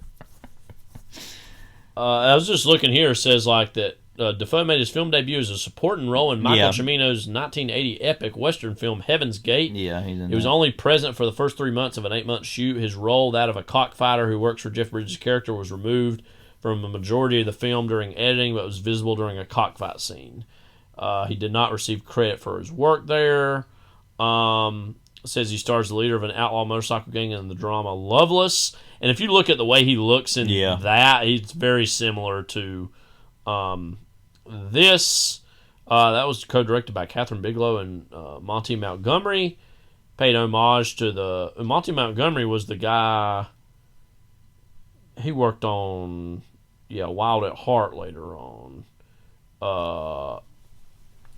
And he played the cowboy in Mulholland Drive. That guy. Okay, yeah. So that makes sense. All right. This was only his fourth movie. Yeah, and then he was in The Hunger, that Tony Scott movie. Is that what I'm thinking of? Yes, his directorial debut. It says. Yeah. What do you think of him in this? This is obviously early Willem Dafoe. He's very much Dafoe. I mean, obviously he wouldn't really be a big breakthrough until after Last Temptation. And really go to Live and Die in L.A. was, I know, between right. Things, Yeah, well, I haven't seen that, so honestly, that's why I wasn't thinking that. But definitely him playing Jesus. Yeah. was obviously good and bad for him, I think, in terms of his profile. And then he was being in, raised. obviously, a ton of movies in the 90s, but honestly, I feel like his really, really, really big break was playing Green Goblin and Spider-Man. Yeah. Obviously, there had been movies in between. Wild at Heart, of course, was in 90. Oh, Born on the 4th of July. Oh, yeah, one of the great scenes of him and Tom Cruise in a wheelchair fighting in the middle of nowhere. And they both knock each other down. That's hilarious. Yeah. For a scene that is very not funny. I know he's the villain in Speed 2 Cruise Control, which I've yet to see. So, yeah, I mean, he fits the movie, obviously, for what it is. Yeah, let's look. Hang on, I want to look at some other of his stuff real quick while we're... The Boondock Saints. Now, obviously, we've talked about him a lot on here at this point. Yeah. He was in that movie Light Sleeper, which you've seen. I have not. That's good. And obviously, Wild at Heart. Mm-hmm. Mississippi Burning, he had been in. He was in Bascot as the electrician, a cameo. Interesting. Yeah, he was in Affliction. Well, speaking of vampires, also Shadow the Vampire in 2000. Yeah, that another was one Nosferatu kind of American Psycho. So yeah, I mean, it was around that time he was starting to be in bigger movies. And then he's been in a great many Wes Anderson movies ever since Life Aquatic. Right, and obviously he's been in a lot of Abel Ferrara movies. He's been in New Rose Hotel. His Abel Ferrara impression, by the way, have you seen that? Yes. We did that on Conan one time. Yeah, we talked about that. Yeah. Oh yeah, he was in Finding Nemo. I forgot. Yeah, we didn't mention Platoon. That's obviously one of his biggest 80s movies. Right, I forgot about. I mean, that was in there. He's in one of the most iconic film images of all time, just from Platoon alone. Yes. So, which I never thought about. He kind of does again in Boondock Saints. This reminds me that he of course was in Kinds of Kindness, which we liked. It was one of the funniest things I've ever heard. That movie came up with my fiance's father, my future father-in-law. He was talking about how he didn't really care to see it, and he said, "Yeah, I mean, anytime you see Willem Dafoe in anything, it's a red flag." Yeah, I thought that was like one of the funniest characterizations of somebody I've heard. And of course, I kind of wanted to argue or debate it, but I was like, "Well, I mean, he's in a lot of movies that are." I mean, I think this is a great point in his filmography because it's like shades of the creepy, freaky weirdo that he's going to become, but earlier version somebody of who likes to play as rough as he does. Yeah, I mean, So he's a great villain. Of course, Lee Ving is a great kind of straight man to his freak. Nobody can scream like Lee Ving. I tell you, because at one point we were laughing about him screaming and doing stuff in this, and I was like, "Yeah, it literally just kind of sounds like him singing." Yeah. And you were like, "Oh yeah, it sounds like how you sing." Yeah, like that's a good like you were making fun of that, like, "Oh, that's a good thing" or whatever. Yeah. And I looked, by the way, that Lee Ving actually before this had been one of a topless club owner in the movie Flashdance. Really? Which I've still yet to see, obviously, but that's another thing I was going to mention about the doo-wop stuff in the movie. It talked about the social kind of the new social mores or whatever of the 80s or through the sociology of the 80s. Where more than any time black pop music stardom was obviously even more in vogue than it ever been. But it's done in this doo-wop, old rock and roll form in this. I mean, it's literally like all of those guys are like somebody, obviously. Robert Townsend is like probably one of the least notable of them. We've, of course, talked about him when we did Hollywood Shuffle. Yeah. Grand Bush, who's also in Hollywood Shuffle. Yeah. And McKelty Williamson, who's in Heat and among many other things. Forrest Gump, of course, Con Air. Literally, he was like in almost all the 90s movies. By the way, I was looking here. He, for a little while there, was in 3 movies in a row. And these were his names in each of those. Streets of Fire in 84, Reggie. Brewster's Millions, the next movie that Walter Hill did, Rudy. The Color Purple, Randy. So Reggie, Rudy, Randy. Yeah. So literally all those Did together. you have any thoughts at all after we've talked about Hollywood Shuffle, obviously, a few episodes ago, and we liked it, about Robert Townsend in any way commenting in that movie on the sort of roles he was getting, including a movie like this? Yeah, probably. As this like black background musician. Obviously, it's not nearly as insulting, I don't think, as a lot of the movies he's really lampooning or going after in Hollywood Shuffle. But there is an element of, let us be these background voices to this very white story. There was an element of that I thought about when I was watching this. Well, then he would even go on to make this movie, The Five Heartbeats, in 91, that was, like about the same kind of idea as that. And that was pretty much with totally different people other than him. Like, none of those guys were in it again, obviously. But that thought did occur to me that it's almost like knowing that came later on, that I wonder if he was in any way reflecting on experiences like this, where they're just used almost more as props and as look at them. These are black people we'll try out to do these type of roles. But I feel like with this movie, obviously, it is more acceptable in the sense that it's actually making a statement about something, and is being kind of progressive for what it is. But that's still obviously, I think you're on to something there as far as that goes. Another thing he was in, even before that, was in a movie, this blaxploitation movie called The Monkey Hustle, as a musician in that also. So that's maybe another kind of thing to think about. That definitely looks like it's something that would be even that's more. Not good. You can tell.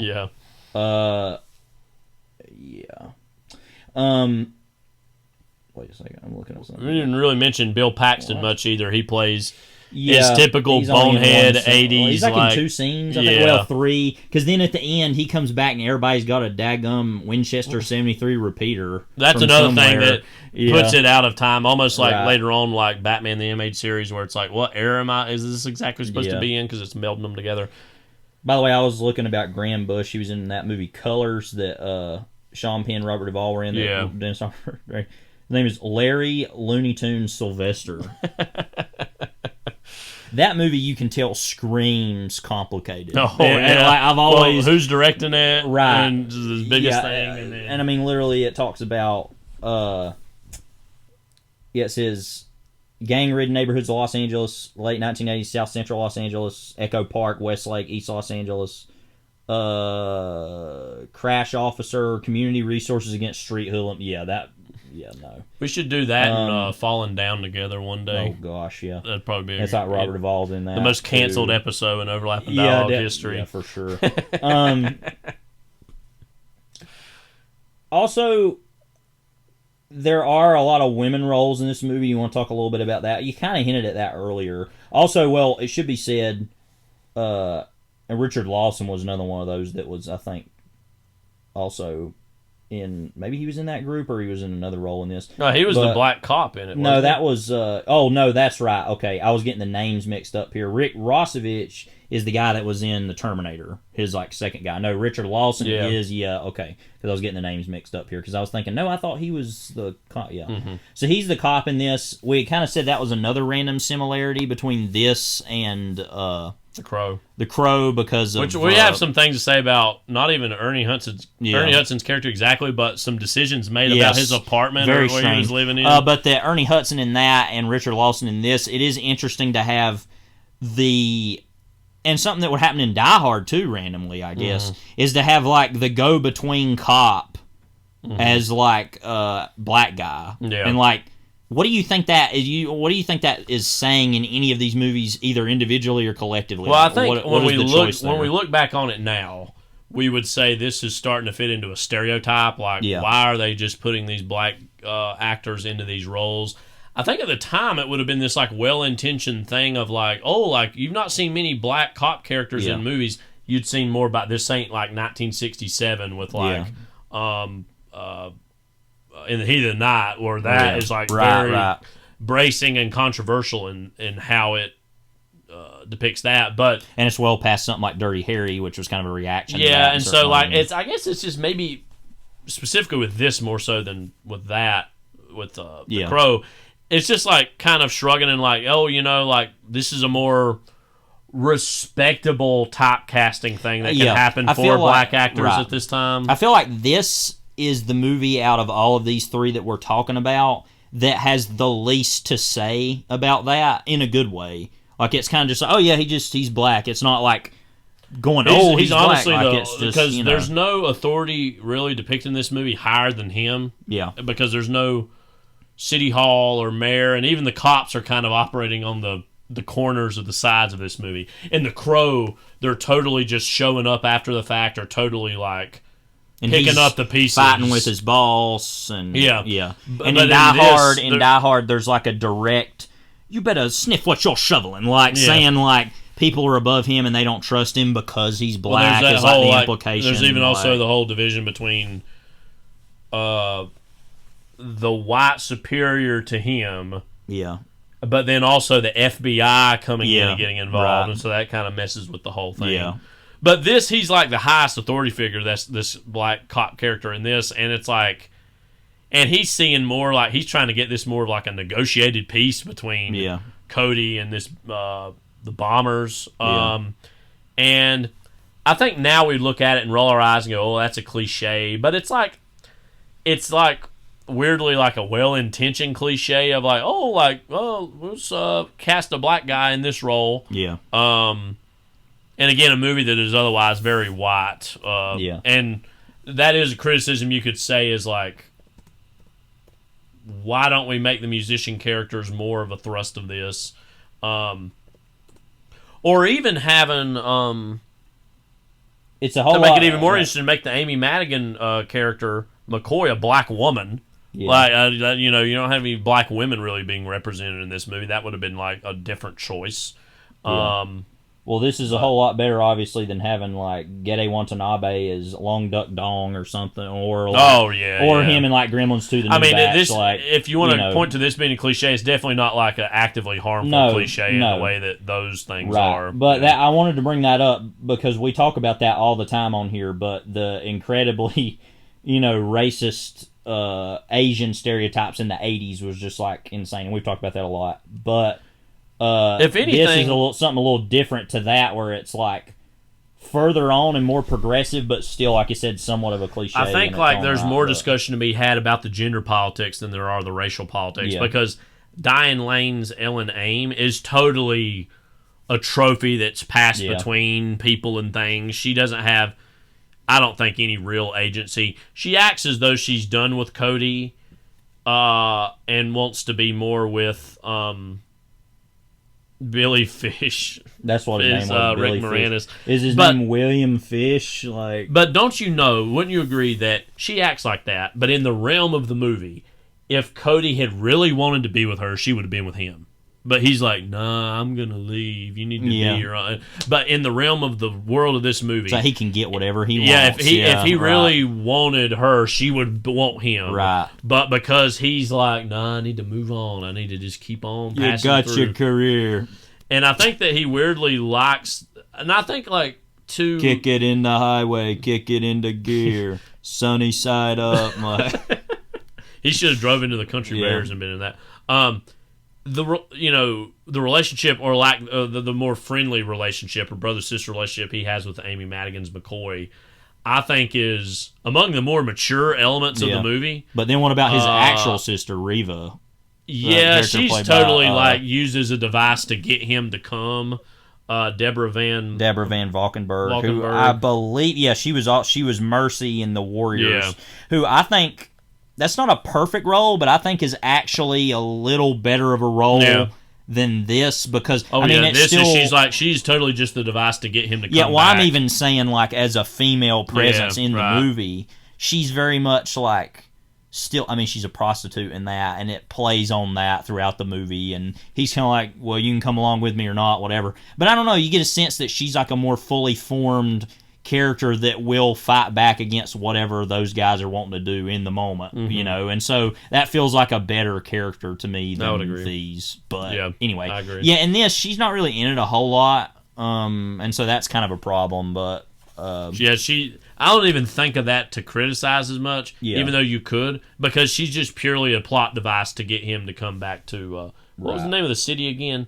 Richmond. And it's not Richmond. That's There's what I'm no saying. way it's Richmond, it's Virginia. Like, it says it's Richmond, but then it's like, well, actually, it's only a part of a city. And it's like, They could- what city is it? If Like, they literally called this city Movie Land, it wouldn't have had any difference. And you'd just be like, okay, yeah, Movie Land. Okay, like, hang on a second. So I just found out something that I think is going to blow your mind if you didn't already know about it.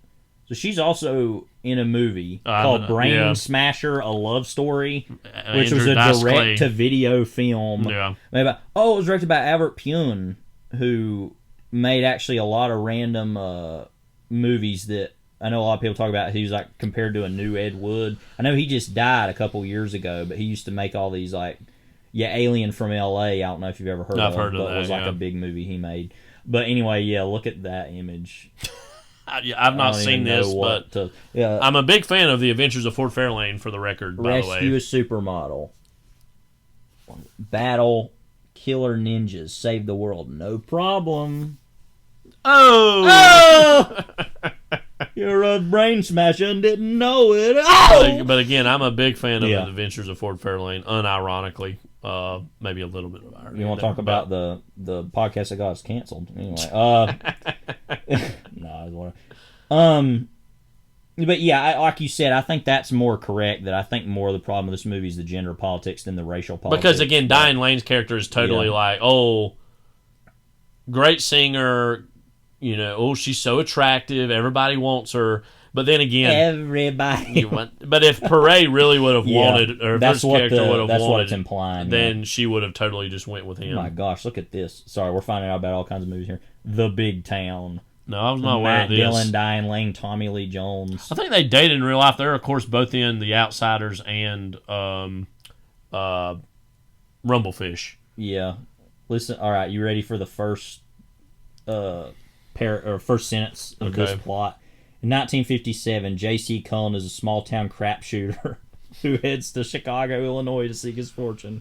Wow. Small-town crapshooter. I need to see or this. Small-town Small-town crapper. Wait, Bruce Dern? Lee Grant? Wow. Tom Skerritt?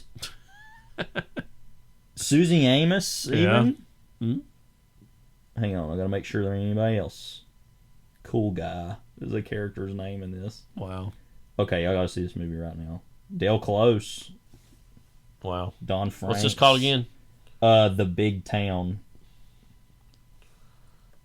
I mean, I was already kind of interested, but when you've got Matt Dillon, Diane Lane, Tommy Lee Jones, Bruce Dern, Lee Grant, Tom Skerritt, yes, ma'am. So, anyway, apparently that was, I think, produced by the guy who produced Jagged Edge. I've seen that, I think. And also The Hustler and The Cincinnati Kid, so I guess it's in the realm of those movies then. It's coming to Tubi August 1st, so. Its Tubi premiere is coming up. Well, I know what I'm doing. All right. Anyway, so yeah, that's the big kind of ultimate problem with this, I think, is the gender politics of it. Well, I think the gender politics, and I think he does, again, I've been ragging on Paray. I think he does a fine job. But I blink and think about Mickey Rourke being in this part, and because you think about the Mickey Rourke of, say, Year the Dragon. Imagine that Mickey Rourke toned down 2 notches, put in this. Another movie that could get us get canceled. But like, that movie's wild. I think he typifies this '80s somber, poetic masculinity that would have really fit this type of role. But Do you think that's his personality now? He has one of the funniest Instagrams, by the way. Go read that. And then he'll randomly put up pictures of women and be like, "Oh my God, this woman's so hot," and it's like, you're like daggum middle-aged like a man. 14-year-old boy, and it's like putting that up. And it's like all these like Russian women and stuff, and it. Which, no offense, but and then it's he just hates like Trump, which is just like not exactly what and I'm you would like, expect. You have everything I want. Yeah. And he talks about working out all the time, and and then he like puts up these like trying to be poetic stuff, and it's just all over the place. I might have mentioned this before, but one of my all-time favorite YouTube videos names. I'm going to see real quick if this is still out there. What does it have to do with him? He's in this was it The Border, that Oh yeah, the border that was talking that Jack Nicholson was in. You know? Well, let's see. I want to look this up really quick. There's, The Pledge is the name of it. Excuse me, The Pledge. But this is actually a good little scene. I've watched it, but the name of the video is what makes me laugh. It says Mickey Rourke owns Jack Nicholson in this scene, The Pledge. And then there's another video that says Mickey Rourke's scene from The Pledge. So I guess he's only in it. But I just love he owns Jack Nicholson's. It's crazy how even in 2001, how much more he looked like himself then than he does now. Yeah. Because of his boxing career, obviously. Yeah. Yeah. Very deeply crazy, strange guy. Oh, yeah. I have a lot of affection for him, though, for what it's worth as far as he is really good in Rumblefish and You're the Dragon's a fun movie to watch. I don't know how good it is, but and then that Alan Parker movie. Angel Heart. Angel Heart. He's good in too. Yeah. And then of course he was in Heaven's Gate, which is good. And I hate to keep saying. Do you remember Heaven's Gate? Yeah, I do. Remember that? Remember that movie? How great that movie is? That's on the. I feel like at this point we need to sit down and do this. What are the Mount Rushmore movies of this podcast in terms not of even the best movies that we hold dear and talk about a lot? Obviously, Heaven's Gate would be that's George Washington's. Hey, it keeps coming up. Yeah, I mean, any final thoughts on? This is kind of what movies are all about. I mean. This was a very happy surprise a few years ago when we first saw this. Because I had bought it because I looked it up and saw what it was, and I had seen The Warriors a little bit before that, and I was like, oh, I like to buy that. That sounds interesting, the Streets of Fire. And I think they had put out a Shout Factory Blu-ray of it around that time. Mm-hmm. And I was like, oh, this sounds like an interesting movie. It's kind of like a rock star thing, and then it starts, and you're like, yeah, baby. I think I will. Yeah, but... Yeah, great movie. Love it. And again, what I love, it's unapologetically a movie. It's just well within the traditions of the movies that it's working within. But as you're watching it, I don't think about a lot of other movies. I'm just totally immersed in it and its language. So we watched a Blu-ray of it that looked quite well. And so was the Shout Factory one. Shout Factory one. So check out Streets of Fire. But up next, here is a trailer for 1994's The Crow.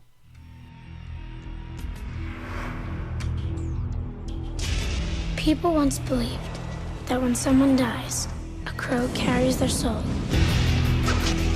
the land of the dead. But sometimes, just sometimes, the crow can bring that soul back to put the wrong things right.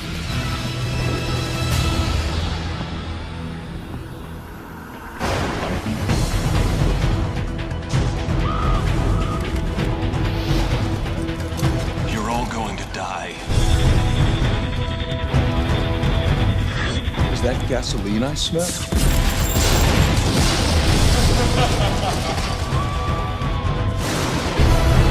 Victims, aren't we all?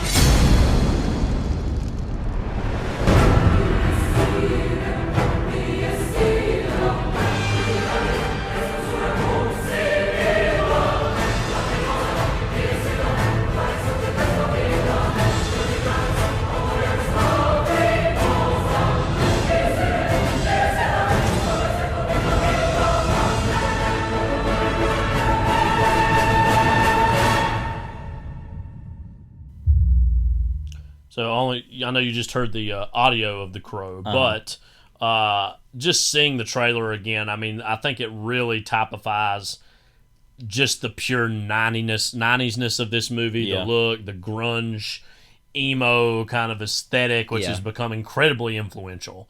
And I think certainly when comparing Streets of Fire to this, you definitely see, and this, while not, I don't think as good of a movie as Streets of Fire, is way more influential in terms of in the culture in a roundabout way. Also, bit of news, the video is finally up on our YouTube channel, Tape Talk, so check that out. All right, Levi, what do you want to tell us about The Crow? Well, also we should say that trailer was actually a re-edited version. Yeah, a more modern one, but whatever. The Crow is a 1994 American Gothic superhero film directed by Alex Proyas. No, we didn't get around to watching Dark City, but hey, we've got lives. So, And written by David J. Shaw and John Shirley. It's not because we've seen this movie already before. It ain't like we were turned off by this and didn't make the time for it. We just weren't able to see it. Right. I mean, we've been literally, wanting to see this is it. one of the writers of the movie, and you're like, yeah. He literally looks like a Crow henchman. So. Yeah. Not a henchman of the Crow, but a henchman within henchman the film The Crow. In The Crow. Obviously based on the 1989 comic book series by James O'Barr, and I can talk a little bit about that later. I don't have a whole lot to say about it because I didn't read the whole thing. But it stars Brandon Lee in his final film role as Eric Draven, a rock musician who is resurrected from the dead to seek vengeance against the gang who murdered him and his fiancée. Obviously, and we can maybe talk about this first. I don't know.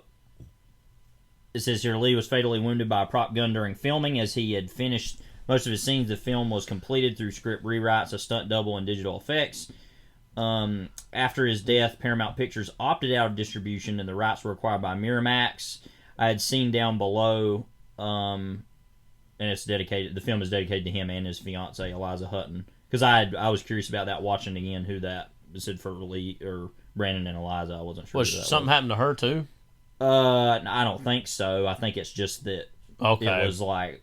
I was just curious because I knew it was him definitely at the end, but I didn't know who the other person was. I didn't know it was even his fiance.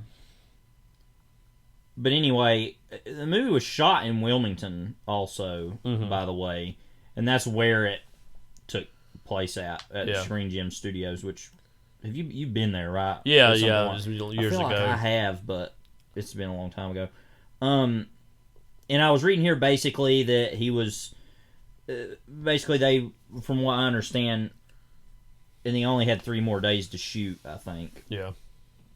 And they rewrote, obviously, like I said, parts of it but honestly, you can't tell at all. No, I was going to say, there are other versions of, excuse me, things like this that have happened where the cast members died during production. This comes off pretty seamlessly. I don't think it's really all that obvious what even would have been added. That basically the story is it wasn't quite like the more recent Alec Baldwin Rust shooting. Mm-hmm.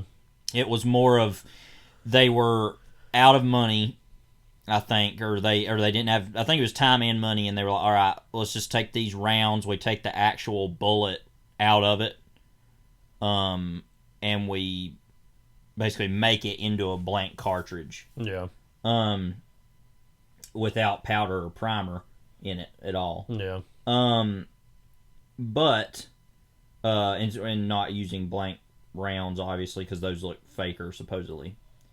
But basically, I think it was that a actual projectile was already loaded within the .44 Magnum itself, and what it says here is called a squib load, which means there's already something in the barrel that they didn't check for. Apparently, the actual prop people left, experts, and it was like the end of a day of shooting, and it was somebody else was doing it. Yeah. So basically, they didn't check. They didn't know to check for that, and then it happened, and he was obviously killed. Purely an accident. Yeah. But anyway, so what? And of course, like we said originally, they were thinking about not doing the movie. It said Paramount everybody except Ernie Hudson, whose brother-in-law had just died at the same time, actually stayed in Wilmington to kind of keep shooting the movie. Paramount kind of decided they weren't going to do it. They were going to do direct-to-video, which was still so... Not that was like really new then, but like that's not even what it was now to even do. Or now it even feels like direct-to-video movies both have more exposure and less exposure in different ways than then, because there's so many of them, but I feel like there's even more of a market for that now than there was then. Now it's like VOD, right. Streaming services. Right, exactly. So streaming services are its own thing. So it's kind of built in a market for that. But however, Miramax picked it up and put in $8 million more to kind of complete it, and essentially I think added in some of the some special effects thing. And I feel like it's seamless. I never noticed. I really don't feel like you see it all that much. Of course, after the fact, James O'Barr, it says, O'Barr later remarked that losing Lee was like losing his fiancée all over again, and he regretted ever writing the comic in the first place. Like I said, that's a whole other element of tragedy to this, is what the story's about itself already. matched with this. I think it's important to lead with this, though, because it hangs over the movie. I mean, that's the most iconic, infamous aspect of this whole movie. Yeah. I mean, this movie, to most average people who maybe haven't seen it, its reputation is yoked in Brandon Lee's death while making this. As it should be, I think. Yeah. I don't think that should be forgotten, and we kind of talked about that last week. But so I guess I'll ask you the hard question. How do you feel that relates to the movie as the movie? Well, I was going to say that it makes it feel all the more dark and lurid, considering what the actual subject matter of the movie is about a rock star who's murdered, and he and his fiancée was raped and murdered, and is about him being risen from the dead and seeking a revenge.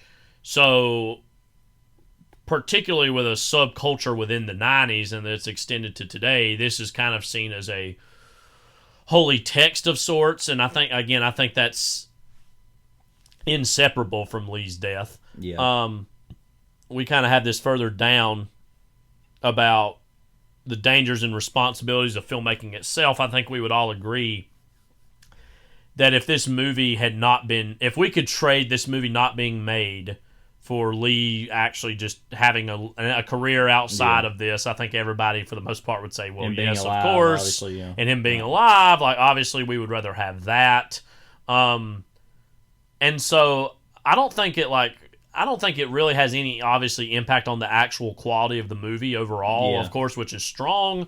But it is undeniable people will, and us included, will come to this with that, as you said, I think necessary baggage, because I think everybody would agree, again, that filmmaking as an artistic pursuit should be done safely and securely. And I don't know the whole entire backstory or history that you went into a little bit.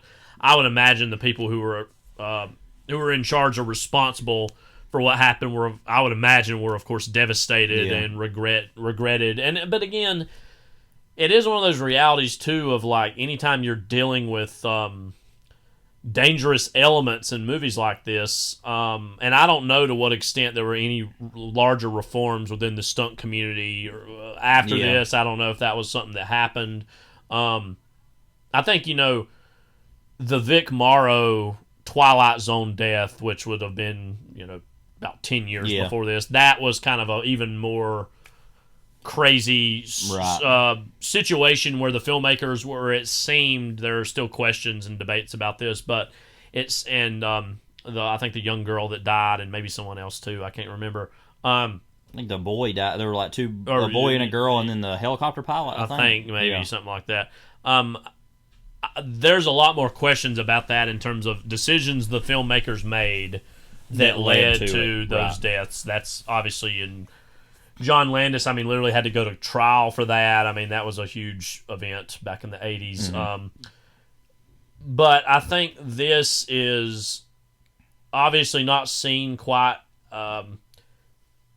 along those same lines. But again, any time that you have someone who died making a film, it definitely hangs a burden or a shadow over it. And that the movie's literally about life, death, resurrection, revenge, and then, about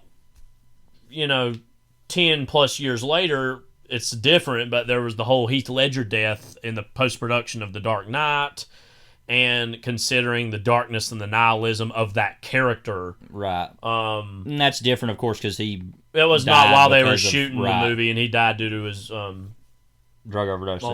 Drug overdose. But, again, that it's similar in the sense of, like, River Phoenix is similar thing people walking into a movie knowing somebody died making this movie. And again, especially when it's about dark subject matter, there's undeniably myths and whatnot that attach themselves or associate themselves with these movies.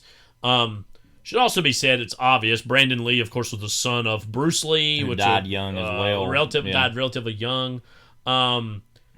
We talked a little bit about Bruce Lee on the last episode when we were talking about Once Upon a Time in Hollywood and his depiction in that. But, and I've seen some interviews kind of that were done in the early 90s, obviously before his death, and he seemed like such a really nice guy. Like, he seemed like somebody that a lot of people had their eyes on of, you're going to carry on the legacy of your father, and you're going to be this, big action star.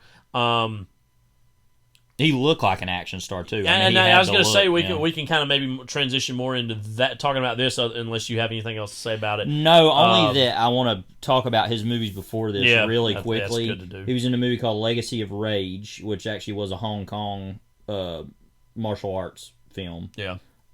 Laser Mission, which I've actually not seen any of, but have heard some about and know a little bit about.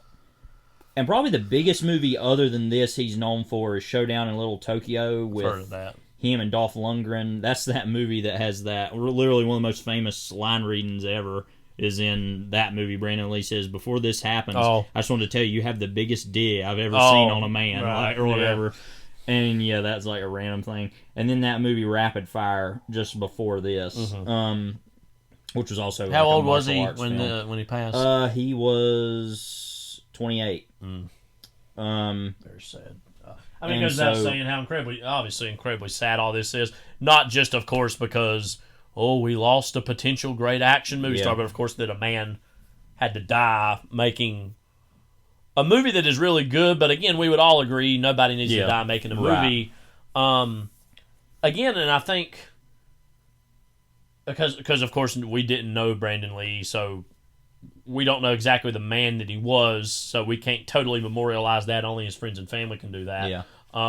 Other than the testimonials people said about him that he was a great guy.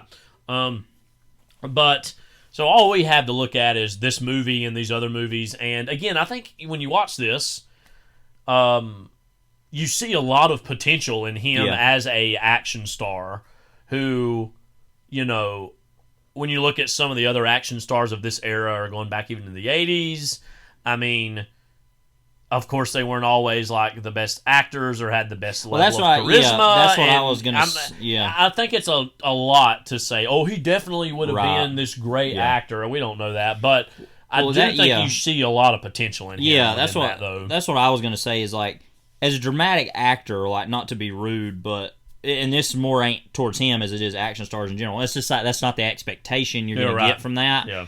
But he is, like, at least in this and from what I've seen of other stuff, has far more charisma and than like Steven Seagal or even Bruce Willis, which is a lot of people be like, I think that's sacrilege. Part of that too is inherently what the material is in this is. It's about incredibly heavy subject matter, and he has some incredibly heavy stuff to do, but at the same time, this character has this, like, kind of very bracing, nihilistic sense of humor. Which is in the comic book. So, that like, gives a lot more to play with sometimes than some of our other action stars even had at this time. So and I mean, that's the comic book, too. I mean, the comic book is even more morose. I mean, there's stuff like where he'll make a joke about something and then you'll literally show him blowing somebody's head off. I mean, it's literally so violent to the point where it... And this goes into kind of the comic book itself, but makes you wonder what was... And I say this in a respectful way, what was going on in James O'Barr's mind, when he was writing these things of the immense grief, and the only humor he can find is through this, like, utter repulsive violence, which is all in black and white. But in the comic, but it's... I know, and you said the comic was started like 1989. I think. I mean, it makes sense that not only this movie came out when it did, but that comic came out when it did within the wider realm of comics, because that was when, in the late 80s through the early 90s, when comics were getting very dark. Some have now criticized some of that stuff as overly serious, taking itself too seriously. And that really started especially with Alan Moore and Frank Miller. And with, I was going to say just, the flashpoint of 85, 86 of The Dark Knight Returns and Watchmen, but you can even go further back with that of Frank Miller's work on Daredevil, I guess was a little before that, and Wolverine, and also V for Vendetta being earlier in the 80s, but... more, and I mean, even in more big mainstream comic books, the early 90s, which coming off the 80s, was the era that killed Superman. Of course, brought him back. Nightfall with Batman. I mean, this was an era that was. I mean, so much so that I don't really like the character at all, but Deadpool in many ways was actually created as a parody of what comics were becoming and the darkness and the violence and the nihilism of them. So again, not a Deadpool fan, but it makes sense that a character like that would be created to say, "Hey, wait a minute, let's take a little bit of airs out of the Deadpool sales." because a new Deadpool movie's out anyway. Moving on. No, but yeah, because I think it fits that. But what's even stranger about that, and it was independent anyway, and I mean, of course, you're going to get that with that because that's why I think even something like V for Vendetta, Spawn also. Oh yeah, period. definitely. I mean, there's a lot of connection you can make. Spawn between this and The Crow Spawn. are very similar. Yeah. Even Hellboy was just down the pike, I think, from these in the 90s. And then also you have Sandman. Right. You know. So, yeah, I mean, it was getting a lot more complex. And then, of course, even also Serious House on Serious Earth, the Batman Arkham Asylum stuff. I mean, that's one of the darkest, weirdest things. And then I've ever eventually, read. I mean, it like, as far as in the mid-90s, like Kingdom Come was like trying to be a reclamation of a more old-fashioned sense of superheroes, obviously. So this is called the Dark Age, obviously. Yeah. A lot of people refer to it as. And I would say it's honestly, while there are some great things in it, it's probably to me one of the eras of comics that have aged the least good for me personally, because there's a lot of that stuff that now we would look at and, while not liking Deadpool, would kind of take a Deadpool sensibility in terms of, all right, we need to calm down and take a little bit of air out of this. And that is true, but I was already going to talk about V for Vendetta anyway, but now that we're saying that. And, well, Alan Moore, obviously, and you're probably going to say this, he comes from a much even more literary, place. And also from England, so that's a whole other, you know. No, and I'm a big Alan Moore fan, so of course I'm going to, in quotation marks, apologize for him wherever I need to. I don't think anybody needs to do that. But V for Vendetta, it's not even my favorite of his works because Watchmen is Watchmen. Yeah. I mean, you know. But V for Vendetta is randomly the comic book I think about the most. Which is strange because, and it was more independent-ish. It was written in those, not Wizard, but one of those comic books in England he started. Yeah, and then I think in America it was posted through Vertigo, which was DC's like kind of darker, more independent branded. Which is now, I think even now, with the version I bought of it, it's labeled as a black label. That's an even newer DC imprint. Which is their version of printing Vertigo stuff, basically. But yeah, he had printed that in England, obviously, and it started a lot slower. I think it was in black and white at first. But that story, and you know, I grew up right in the time when the movie had been made, and I saw that a lot, and in memory, it's an alright enough movie. Obviously the book is it's way darker, just even visually. But that's a story that sticks with me so much, I think, because at that time, I don't think anybody had ever seen anything like that. And to be so directly about Thatcherism, kind of where he saw, and it's interesting to see that from that perspective, because obviously you have the politics of the 80s, late 70s, early 80s in America, but to see that from an English perspective is like a whole other things that we would think about now, because the movie or the book is so much about LGBT rights at the time, and kind of, which was something comics were, outside of some X-Men things here and there, mainstream comics were not touching at all, and so that was a big deal. That's big for that. Also, just obviously anarchism at all, and that's kind of his whole deal. But then even further, the linking of this kind of almost in a strange way trying to reclaim ownership of cabaret as a concept from fascism. Yeah.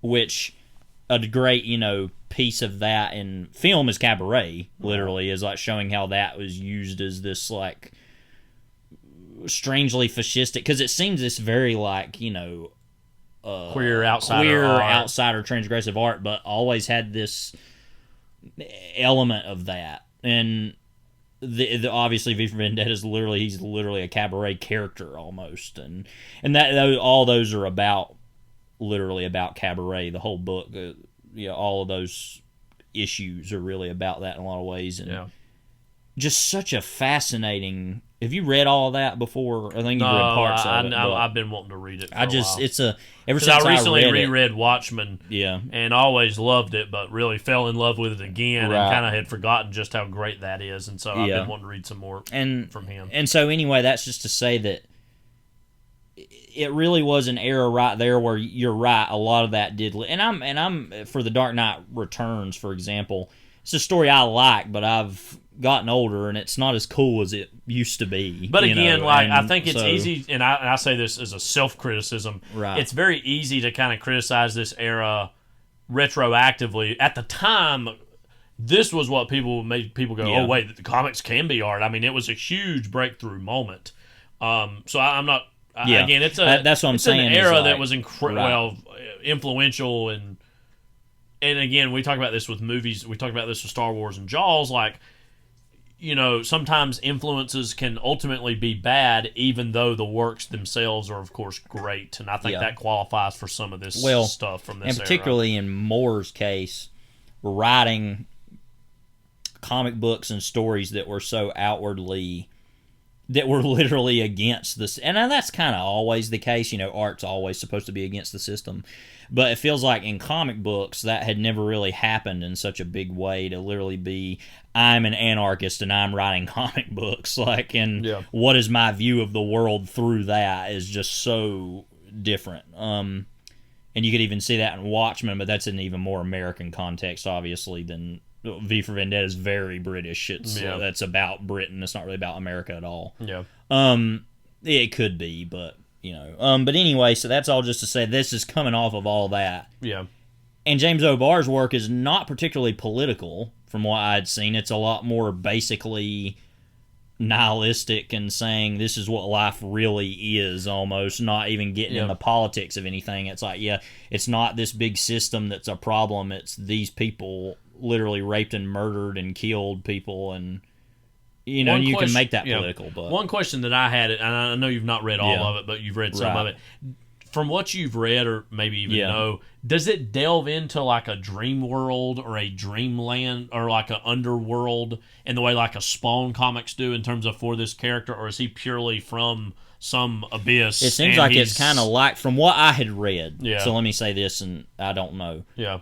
What I'd read, it seems like it's pretty much the movie, that he just inexplicably comes back to life and just starts. So I didn't know if there was a wider mythology behind it in the same way that there was maybe for Sandman or Spawn. I don't think so. Not what I had read. Comics. Okay. There were a lot more. I mean, there's a lot of symbolism in it. Yeah. But no, I don't believe there was. I mean, and there was stuff that was added that he wanted to put in it originally that wasn't in there. Yeah. But no, it's pretty much what it is in the movie. Now, strangely, I wonder if, because I didn't get this far, because he's slowly killing off each of the people. Yeah. I think in that case it had happened in a, like out in the middle of nowhere, outside, too. It wasn't like it was in the apartment where the rape and murder had happened. But that he starts killing them off, and then I've wondered, is there anything of like the Michael Wincott character? Yeah. That never was hinted at, so I don't really know what the story is there. But pretty much he was just going through the underworld killing people, those people. I've also wondered how much of the movie, because in the movie he like literally is able to like kind of heal people in certain ways, like where he literally makes, I think that's such a really great moment when he literally touches the woman's arm and the heroin and morphine pours out of her arm. Who's the mother of the one girl character. Yeah. And I thought that was really interesting, that it becomes, it's not only about the revenge, it's also about I think that's these other things, that makes it, that takes it away from being this totally unredemptive story, that there is like some redemption to be found here. And maybe that was more in reference to the idea that it kind of is a superhero movie, literally, like, and that superhero filmmaking was just starting to ramp up. And I don't know if that was something, like I said, we're speaking on a whole lot of I don't know here. I know, but I know that we're not knowing. Yeah. The known unknowns. Yeah. But that, speaking of fascists, anyway,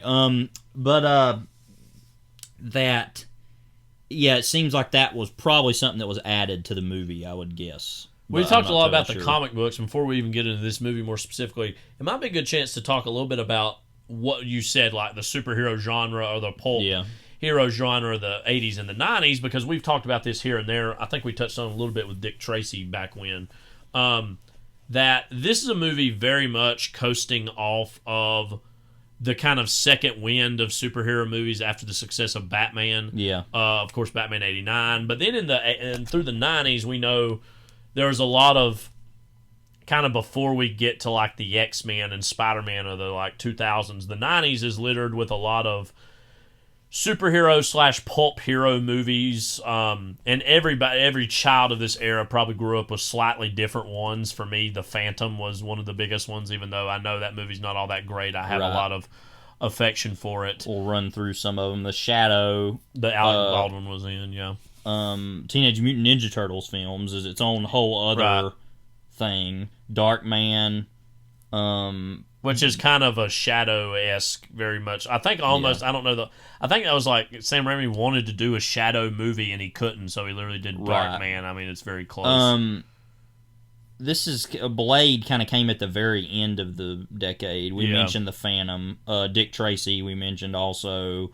The Mask also. The Mask is kind of a version of that. Comedy also. I know the comics are darker for that, I know, than the movie was. Well, that Tick TV show was on. Yeah. They made the Judge Dredd movie during that time. The Rocketeer is one of the biggest ones. The Rocketeer was one. I was looking for that. I couldn't find it here. Yeah, The Rocketeer. We said Spawn earlier as a character. Spawn wasn't made in the 90s. Steel. With Shaquille O'Neal. Yeah. And even something like Men in Black, which is like a adaptation of comic books.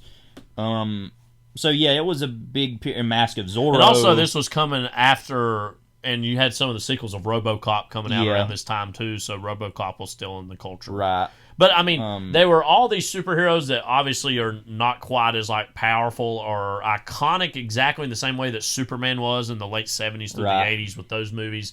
And again, it feels like when we look back now, kind of a holding period before we get the big explosion of the 2000s of especially the Marvel heroes being more represented. This definitely fits within that. I think this is less immediately recognizable IP compared to some of those other movies. Yeah. But I think this Star Kid, you remember that? I do remember that. As the kid from Jurassic Park was in that. Oh, yeah. Right. That was later in the Pacific, of all things. Yeah. But, but this definitely, like, I think is very much fits into that whole like little time and place, but also because of how stylistic it is and also how dark it is even more of an outlier than some of those. How do you think this fits in with some of those other movies? Well, it also fits in with action films of the time. I mean, and that kind of goes with him as an action star too. I mean, it feels. I really love, especially the set piece in the boardroom where it's just straight up, let's just have a shootout now. Yeah, right. Yeah. Or even the part where we haven't talked really yet about any of the other actors in this exactly, but there's the John Polito character, who's a movie that I don't really immediately imagine fitting into this world. Right. But I think he does in a really good way. But it's just with that voice. Again, maybe it's because I'm just partial to him being in Coen Brothers movies in this era. That him and you think of him and Barton Fink at this time, it's like or even Miller's Crossing, or like even later on Big Lebowski, you know, barely. But anyways, Big Lebowski in that. But the scene where he goes and tries to find the ring that they stole, that was his the engagement ring or whatever, and like that. It's funny to see him go toe-to-toe with him because he speaks in all these riddles and he's like, what are you talking about, man? They're very unlikely scene partners to me. And it's hilarious the moment where, is that gasoline I smell? And then he literally fills the shotgun with like some of the other stolen engagement rings and just shoots it at the gasoline and it like blows the whole thing up, you know. And then he later dies by getting shot or stabbed or something. I can't even remember. But yeah, there's just a lot of great little action scenes. You mentioned this too, what the rain budget must have been. How much water was wasted. Yeah. Like, you know... well, in Wilmington, they got tons of water. That is true. I guess they're fine, but it's funny. It's supposed to be Detroit. I'm like, yeah. Anyway, well, then they shot for New York and the Teenage Mutant Ninja Turtles movies. It's supposed to be Lumberton in Blue Velvet. Well, so Wilmington's used to cover this. And then it places. just is Wilmington in Maximum Overdrive. Yeah, right. Yeah, so random. That's another random thing too. Yeah. I mean, you mentioned it. This was an era where Wilmington was already being used in various movies and a lot of different stuff. Yeah. But anyway, that's all just to say that I think this fits more into the action movie kind of thing before these other things. I mean, and I don't know, I get random weird shades of the Matrix with this too, as far as just visually the way it looks, people dressed in black shooting people like and kind of and living in this kind of like immortality kind of, you know, bulletproof kind of thing. I think that, you know, also this reminds me of the Terminator in certain ways, as far as like just somebody's able to just get shot and just whatever, you know. But I think what works about this so well is it is a superhero movie, though. And it's made out of that, because I mean, I don't know that I, at least personally, would qualify in its original iteration the Crow comic book as superhero, because it's more just a revenge storytelling of this kind of. It's definitely gimmick. part of like an elastic changing evolution or definition of what a superhero is during that time. Fits into that, but in a traditional way. Whereas V in V for Vendetta is a superhero because he's trying to save an entire nation from its fascist government, while also getting revenge on being tortured and experimented upon by that government. You know, but how much in the V for Vendetta graphic novel is like his origins teased out, or is he more early treated as this terrorist figure in the eyes of the characters? It says basically what the movie says, but it doesn't have this really goofy moment where he's literally burned alive and goes, "Oh!" Like that moment. That's so dumb in the movie. But no, it pretty much says he was basically put an object enemy of the state who's like who was tortured and maimed and brutalized by the state. And it's assumed he was some kind of artist or political figure that was dead. And I mean, literally, and it's in the movie too, he literally was in room number 5, which was of Roman numeral V, and that's almost its own statement of that's what he is to the state. And he's like, well, I'll show you what I really am, and I will use that name against you. And literally every single issue starts with visions, ventriloquism, or like some V word, you know, violence. I don't know. Ventriloquism. I don't think verisimilitude. That honestly might have been one. I don't remember what all they are, but it basically says he's that kind of person, like it does in the movie. But and that's also marrying the idea of like the intellectual with the violent savage of literally like, I'm gonna be all cool and whimsical, and then I'm literally gonna like commit murder against these, you know, and like just that is like, and again, that was very transgressive to put those things side by side at that time in comics. And in its own way, that's maybe that's kind of Alan Moore literally saying about his own work as saying, I'm a literary person, but I'm slumming it with comic books. And clearly he respects comic books. I'm not saying that, but like, but again, to go back to the Crow, I mean, that's something we see with this character, is that he's like brutally enacting revenge on these people, but like doing it with a smile and doing it with a quip and a joke. But it doesn't come off like something we should laugh at exactly. No. It's like even more divorced from the act in some ways, which makes it even creepier in a roundabout way. Well, and it's creepier too because you're thinking of the tragedy of the person, that the only joy they can get is in making these people, torturing these people before he kills them. I mean, you know, and it was even more of that in the comic book, of like everything he says is like a joke, or like, oh, I'm Santa Claus. At one point he said, because there's literally, I think there's some part where literally, it might be around Christmas time, I don't remember, something where it's like he knocks on the window and they're like, who is that? And he's like, it's Santa Claus, and literally blows somebody's head off with a 44 Magnum, literally like right after he does that, and he's smiling while he's doing it, and it's just very like, oh my, this is like too much. I only read like the first issue of that, I think, technically, and I was like, okay, I'm gonna I'm sell good. this on eBay now. But somebody bought it, so yeah. But anyway, I think you're right. And I have though. a lot of respect for it. Don't get me wrong, Yeah, but it's right. just not something. Since I'd seen the movie, and I don't know, it was at the time I was reading it. I was like, I don't really want to be depressed right now, so Yeah. I think I'm not going to read The Crow. Yeah. Like, and so what is so great about this though is it does all the same things, but through a really thrilling action superhero lens. I mean, the movie makes it something even more than it could be, while still getting that from it. Yeah. As a feeling, I think. Well, I think, like you said, it fits in with these pulp hero type superhero movies that were made in the 90s, but also as action movies wise, it definitely fits into that. Reminds me of some John Woo stuff here and there. And also, it should be said, and this is a Batman thing too, we were literally talking about it at the end, kind of towards the end of the story.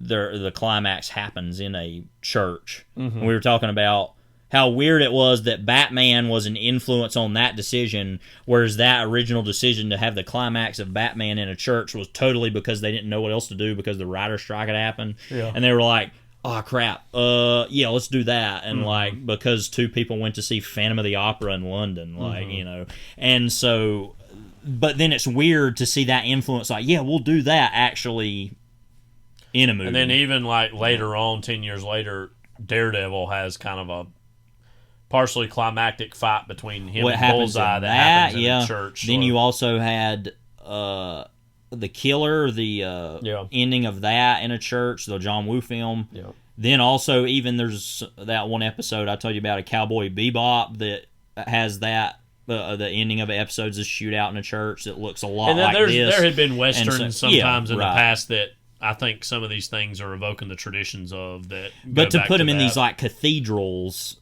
is its own different kind of like. It obviously weird inherently imagery. heightens the good versus evil Right. Yeah. aspects of these battles, Yeah. And there is something. Obviously, the Crow's our hero, but there's naturally something perverse about putting that character in a church because it's like, wait, are you an angel? Are you a demon? Like, are you a ghost? I mean, what are you? Sting? Like, what are you? Well, I was going to mention this right. towards the end. Another big influence Yeah. this movie had that goes beyond just the world of film is, of course, the wrestler Sting in WCW, of Right. course, adopted that look, which was a huge departure. Yeah, from which is what knew. people more remember him as too, more than even his Even though early he spent career. more years early on doing Right. the kind of surfer Sting. Yeah. It's just known like well, Right. that was even in the late '80s. Hey, Look, Rick, it's Sting. Yeah. Um, I think that whole thing was Kevin Nash's idea. Funny enough, like he gave that idea basically to. Oh, really? I think that Sting wanted to do like a gimmick change, and Kevin Nash was like, "Oh, you should do like the Crow, like do like that vibe." And so instead, he had like a scorpion though on his chest. But also, It and I was say weird. this as I'm mostly a fan of Kevin Nash. He also says a lot of random stories that people have said you made that up or you changed. Yeah, these so details or easily he whatever. could have made all that so up. I'm not. We'll have to look on Wikipedia about that. Yeah. Anyway, we can maybe go through the cast. Of yeah, because because I was going to say, because I want to talk about some of the other characters, especially the girl. Yeah. Because I want to know what your opinion on that is. To be honest, I don't have an opinion either way. I think it's fine. But the Rochelle Davis is Sarah Moore, and her mother in the movie is Anna Levine's Darla Moore, who is the woman who's a drug addict and she's not really taking care of Sarah. And that it basically implies that, well, not implies, literally shows that Eric Draven, which, wow, what a name, by the way. Basically, that was Scott Hall apparently that did it. Not okay. Yeah, then there you go. Anyways, hey yo, you should like do no, the Crow. Steve Borden, like, who is Sting, Yeah. credits Scott Hall with actually coming up with hey that idea. yo, you should do the Crow. Yeah. But that Eric Draven and Shelley Webster, who was his fiance, basically kind of took care of this girl, sort Yeah. of, and she kind of stands as our like way into all this Yeah. of saying, he might be actually Eric Draven or whatever. And so, what do you think of her whole I character think in that's general? like honestly one of the strongest characters in the movie, and I think it says a lot about that this is done by a child actress. Yeah. That's very different.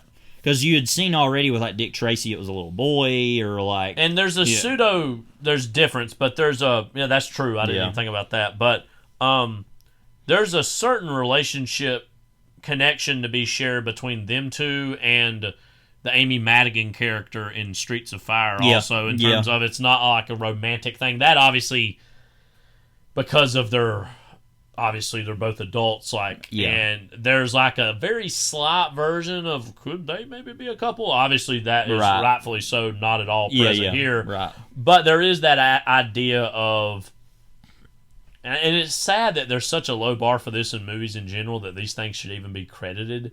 But like a platonic friendship or companionship in movies between men and women that's not a romance, because pretty much that in Strange Days too with Angela Bassett and Ray Fiennes. Yeah, I mean, and it's sad that there's such a low bar because those relationships in movies so few times and then also exist. Michael Wendicott in some way has forced the main character to not be with the woman he wants to be with in both situations. Yes, which is weird. Yeah. But anyway, that is true. I didn't think of that. But I want us to have a longer Michael Wendicott conversation when we get to him. But I literally said his deep, raspy voice has often led to his being cast in villainous roles. But I think that's one of the strongest characters in the movie because obviously she knew who these people were like before their deaths, and so she sees obviously hope, and nobody really believes her at first, even though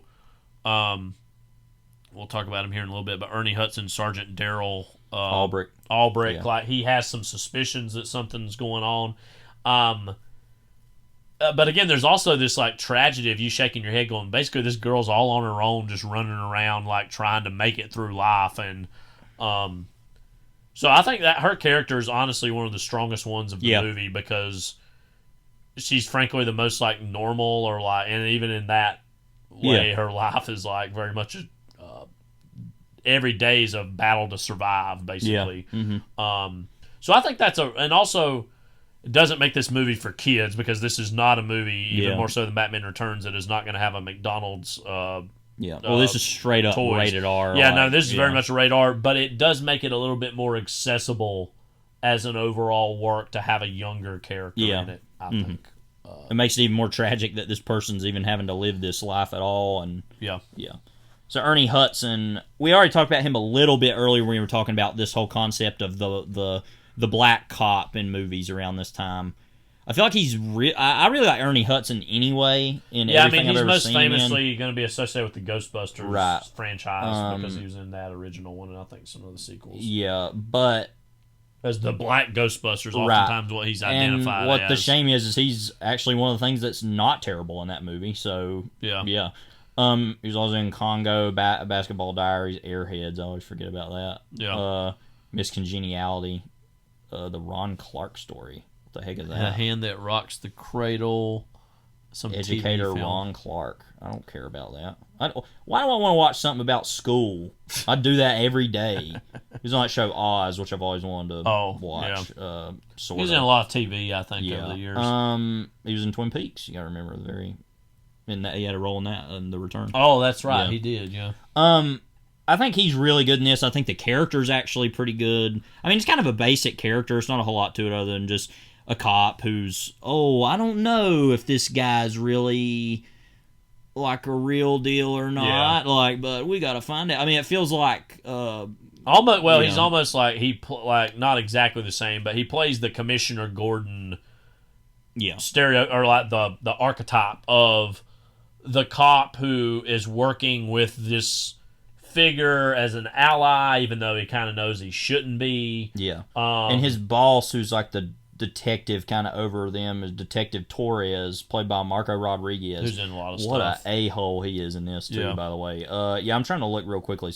Sorry, keep going. I'm going to look here and see what else he's in. And so I think, like, on the page, the Ernie Hudson part isn't especially good or bad. It's just there. Yeah. But he definitely adds a lot of humanity and definitely, like, doesn't take the part too seriously, but definitely gives it a gravity that I think just perfectly fits what this kind of character should have in the movie. Yeah. Probably the biggest question mark, and we kind of laughed about this when we watched it, is there's a scene where we go in his Just from apartment. the shock of it, by the way, we were like, "Wait, what?" Like, There's a scene that's in his apartment, and there is kind of a funny thing where he's just like basically in his apartment, literally, like wearing boxer shorts or shorts, and a t-shirt, and like but then his like hat, his like cop hat, and about said Sting. The Crow is like in the room. And he's like, Ernie, it's Sting. Yeah. And it's like, you're still wearing your hat, and he'll realize takes it off. But on his couch is literally a basketball and a trombone are just sitting on his couch in the background. Nothing obviously remarked upon them.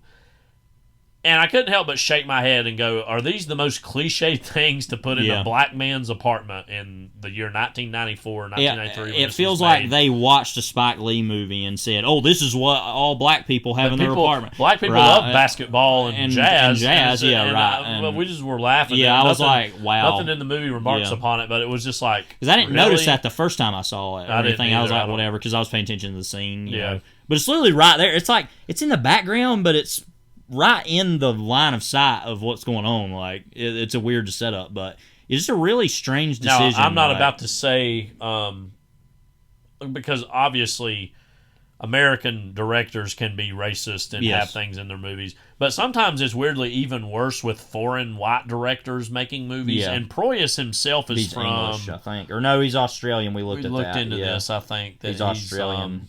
But then he was like born in Alexandria. In the United Arab Egypt. Well, it's now Egypt, right? But he.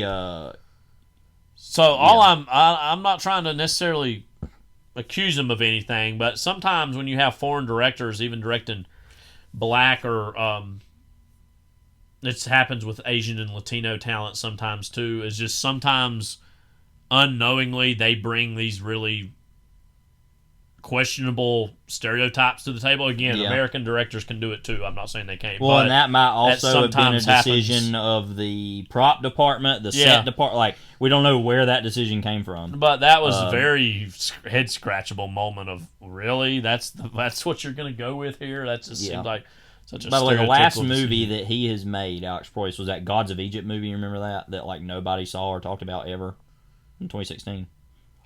For a second, I got that confused with Exodus, Gods, and Kings, because I was like, I think I saw that, but no, it was that. But also that I saw. Not that, and also not X-Men Apocalypse, which is its own similar learning moment. This is a random thing to say. I think randomly Exodus, Gods, and Kings is one of the randomly more overrated movies in recent years. Could be. Because I'm not generally a big Ridley Scott fan. I'm sure we'll be having more conversations with him. A lot of people are doing on down the line later this year with Gladiator 2 or whatever. You're assuming I'm going to see that, which is funny. I probably will. I don't know. Well, I haven't even seen the first one, so I don't. But oh my god, you haven't seen Gladiator? No. But anyways, have you seen Heaven's Gate? Question mark. But there's a lot of people that are like, actually, Exodus, Gods, and Kings is like really great. And I don't know. I'm like, it was okay. I mean, I don't really think about all that. When somebody says actually, it's like probably not true, but always look into it. I mean, imagine really go to a fantasy place and imagine maybe a Ridley Scott movie is mediocre. I know that's a crazy thing to think about. Not for me, but yeah. Anyways, Exodus, Gods, and Kings. Okay, so. How about anything else to say about Ernie No, Hudson? he is really good in this, I think, and I mean it goes. I think it goes just above the basic version of what we've talked about already. Is like the black cop in a movie now, and he's the leading law enforcement representation. He definitely gets more to do than the guy that we talked about in Streets of Fire, right? Because he's also kind of taking care of a kid in a way. Well, no, I mean this all is like more of a real character. Yes, some fundamental way. That was just it's like I can't do anything. Yeah, it's like. Okay, well, can the guy from the Terminator do anything? Like, no, guess not. Figured. Don't make me bust you up, man, as he says in the Terminator. Michael Wincott is top dollar. Top dollar, not Top Dollar, the former WWE What the hell superstar. is Top Dollar thinking? Michael Wincott is a true mensch in all ways. Full name, Michael Anthony Claudio Wincott. Okay, so let's go real quickly. All right. Here, Robin Hood, Prince of Thieves. I guess he's a villain in that. I don't know. I know the main villain in that was, Top Dollar. No. I can't think of his name either. Oh, Alan Rickman. Alan Rickman. Yeah. Sorry. Duh. So he's in that. Right. He's in This. obviously this Strange Days, Alien Resurrection. Yeah, he is in that. I forgot that. Mm-hmm. He was in Nope more recently. Also, he was in The Doors, which Not the band. The movie. Yes. Wait, what? He was a record producer in that. That's crazy. I need to rewatch that movie. Talk Radio. Oh yeah, you remember him in Talk Radio? Oh my gosh. Yeah. That was like the role of a lifetime for Yeah. him. He was literally like, man, I'm crazy, man, like the whole time.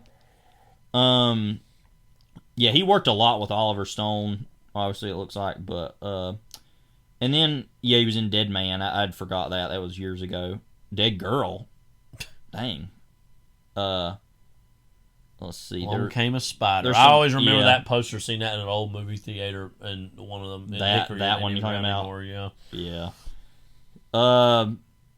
He was Ed Gein in Hitchcock. Wow. Oh, wow. Wow. Yeah, and then more recently he was in Knight of Cups. God, I bet that was nuts. But I think for a lot of people had, and I was like vaguely aware of him pre-Nope, but Nope like kind of launched people going, oh, Michael Wendicott. I kind of forgot all about him. Like here he is again. He was in Miami Vice, of course. Yeah. Oh yeah, he was on Westworld. I forgot about that too. Oh, yeah. But anyway, so anytime he shows up in anything, it's automatically I think better. as far as the 90s, Like- this and Strange Days. Are Yeah. I mean, And Talk because he Ra- almost well, he's like in Talk you Radio, blink like, you know. and squint your eyes, and it's like the same character in this and Strange Days. because it's literally a long-haired kind of guy who's running things like, in a way, and like. And it's just weird. Like I said, both characters are preventing the He's main also- character from living their love life. He's basically. also like a cannibal in this, basically, right? Yeah, he like Is it- eats people's eyes. Yeah. Yeah, because there's the Bai Ling character as Micah. That like could his be mall, that basically. could be a little racist if you really look into it a little bit Yeah. much. But once again, racism against Asian people at this time was just Yeah. normal. But yeah, I mean, he's very much. What's interesting about this character too is that at the end he's kind of like, yeah, I ordered it to happen, and it's like, well, I kind of knew that anyway. Like, that's but- one of the problems I think with this Yeah. movie is that Couldn't I it don't. have just been he just be bad and he just wants to take him out? Like, Yeah, and you I know. think it was like, well, it's kind of the cliche movie thing in general, but even like going back to Batman '89, and some people would criticize this here and there about like, oh, it was the Joker who killed Batman's parents, Right, and like yeah. it kind of feels too much pressure to ingratiate the Yeah. hero and the villain in each other's history. Just like how Two-Face had to have killed Dick Grayson's parents. It's like, why? I think that works more in that than even. Yeah. I know what you mean, but I think well, that's also that's just a passable. that's also a riff on the Joker killing Batman's parents kind of thing. And it's like, Your family wasn't killed by a maniac. Yes, they were. yeah, it's like, so yeah, there is that. your family wasn't killed by a maniac. And it's like, yes, they were. It's like, you look totally different like a movie or two ago. But anyways, but it's and like- you'll look even more different in Yeah. the next movie. That's so weird how that happens. But Alfred's going to stay the same age. Yeah. What about Angel David as Skank? We'll get to him Sorry, later, yeah. but Yeah, no. We'll Michael get to Wendicott. Skank, yeah. We'll have our Skank combo later. We literally but won't. That's what's so great. Wendicott, about it. he's like a really great villain for a movie like this. Yeah. Because he has that 90s, like... Doesn't he also feel like he easily could have been in, like, Natural Born Killers? Yes. He's like just this very nasty-looking, weird... I mean, what's like- weird is he looks yeah. very clean in this movie, as yeah. compared to especially his hoods and his thugs Yeah. or whatever. I mean, he's got this really long hair. He almost looks like he transported out of like the medieval. That's what I was era, just and then, thinking, like, his hair he's looks like that, now yeah. this.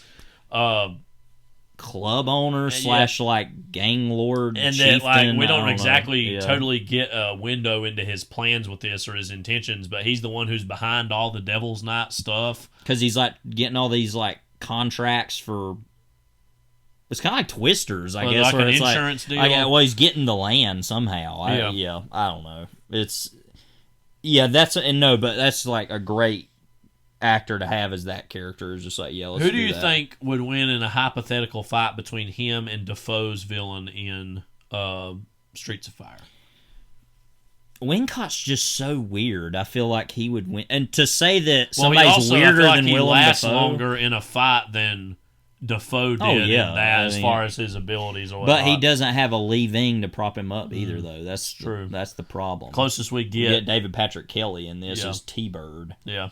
Who literally dies in a car crash. One of my favorite deaths in a movie I've seen in a while. I've forgotten where how he literally dies. they put all the the Crow puts all the explosives in there, literally tapes his mouth shut, and then just like puts one last explosive, makes the car go off the pier, and it literally blows up before it even hits the water. It's like, wow. Another David Patrick Kelly thing to talk about here briefly is that I was like, after I'd watched this, I was like thinking back to Streets of Fire, and I was like, wasn't he in that? But then I think I'm thinking about the Warriors. Yeah. Of course, one of the most iconic moments in the Warriors. Warriors come out to play.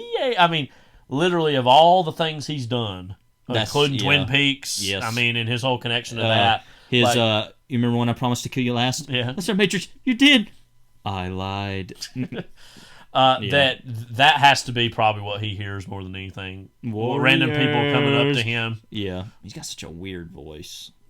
Love that man. But yeah, love David Patrick Kelly. Yeah. He's a perfect villain for the perfect his little small villain. His Wikipedia picture always shocks me every time I see it. Well, then there's like video of him. And he was in Malcolm X also. Oh, he's like racist teacher at the beginning. Yeah, Crooklyn he's in, and Chirac. So dang. Yeah, and he was in Wild at Heart also. Yeah. Yeah, because he's best known for his role as the main antagonist Luther in the cult film The Warriors. I feel like Twin Peaks fans would argue with that and say, well, what about him in that? Because he's so famous in that. But yeah, like I said, he was in 48 Hours as well, Commando. So he did work with him again. Walter Hill. Yeah. But The Funeral, that's a oh yeah, that's a so dark it's kind of hilarious movie. Last Man Standing also, so he worked with him again. With Walter Hill. Longest Yard. The Adam Sandler version. Yeah. Flags of Our... He played Truman in Flags of Our I could Fathers. actually see him playing Truman, funny enough, looking at that's him. not that bad of an idea. And he was on the Blacklist. Yeah, because I used to see commercials for the Blacklist, that show with James Spader that was like the weirdest character of all time. Yeah. And James Spader's played a lot of weirdos, so for that to be your number one weirdo... setting.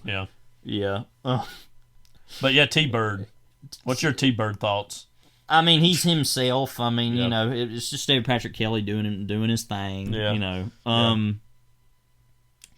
Yeah, I mean, he has some good line readings in this. It's not his best work. No. I mean, I feel like him in The Warriors is really great. Also in Commando, the little bit he's in that. He's really I mean, great. I know we're biased, but I feel like his best work has to be Twin Peaks The Return. Well, he gets time. Specifically. Yeah. I mean, he's great in the original, but he basically almost does all of his scenes by himself in The Return. Because he's high the whole time, literally. He's like, I don't know where I am. and then the moment towards the very end where he's like got the binoculars the wrong way and he's like looking through them. And he sees literally that one character fried to death. And he says, bad binoculars. Like, he thinks the binoculars did it. And there's the part where he's literally so high he can't even move because his foot literally says to him, "I'm not your foot," in like a little girl's voice, and he's like, and like can't move. I'd love to. That's obviously a bigger conversation to have about The Return, which we've had in the past here and there. Go back to listen to our Fire Walk with Me episode, but where like.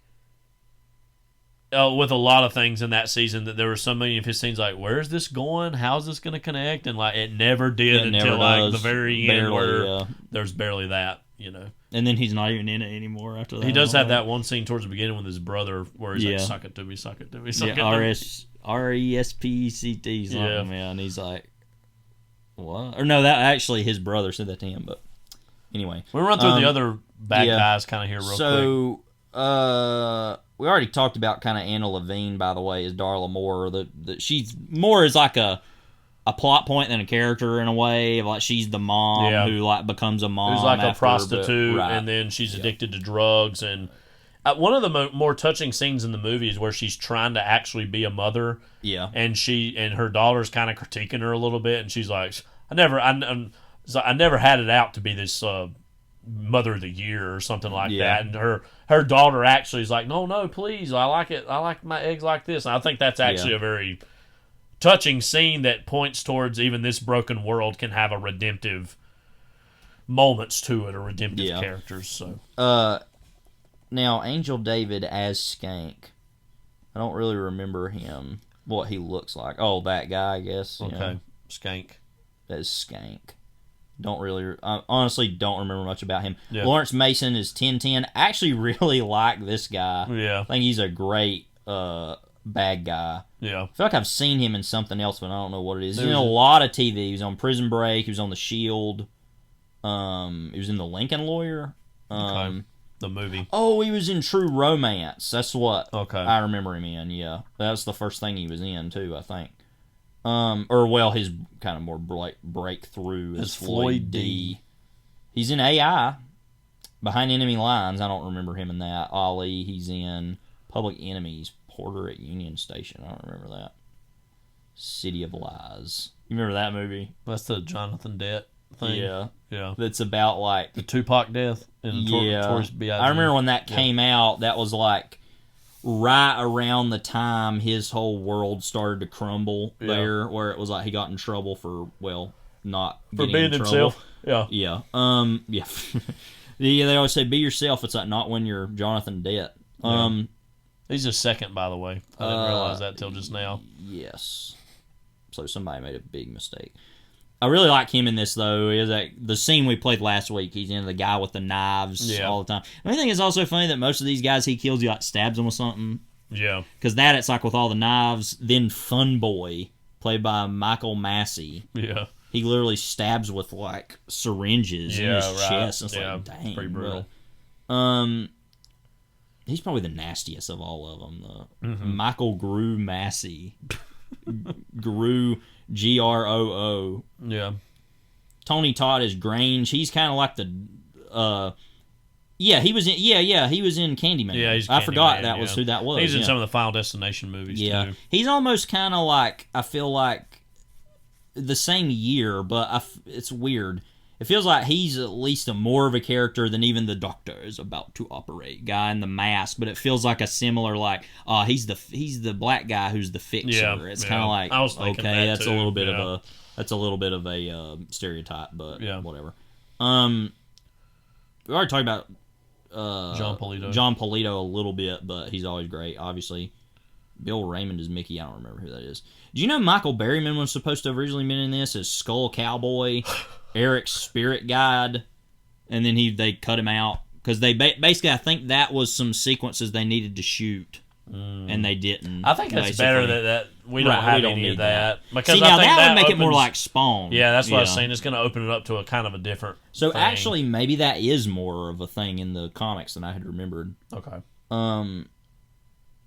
Oh yeah, and then Chad Stahelski or Stahelski the or whatever, who's done and he was in the Matrix movies. He was actually the stunt double for several scenes for Keanu Reeves. In this, I mean, is for Brandon Lee. Okay, but yeah, he did the John Wick movies, right?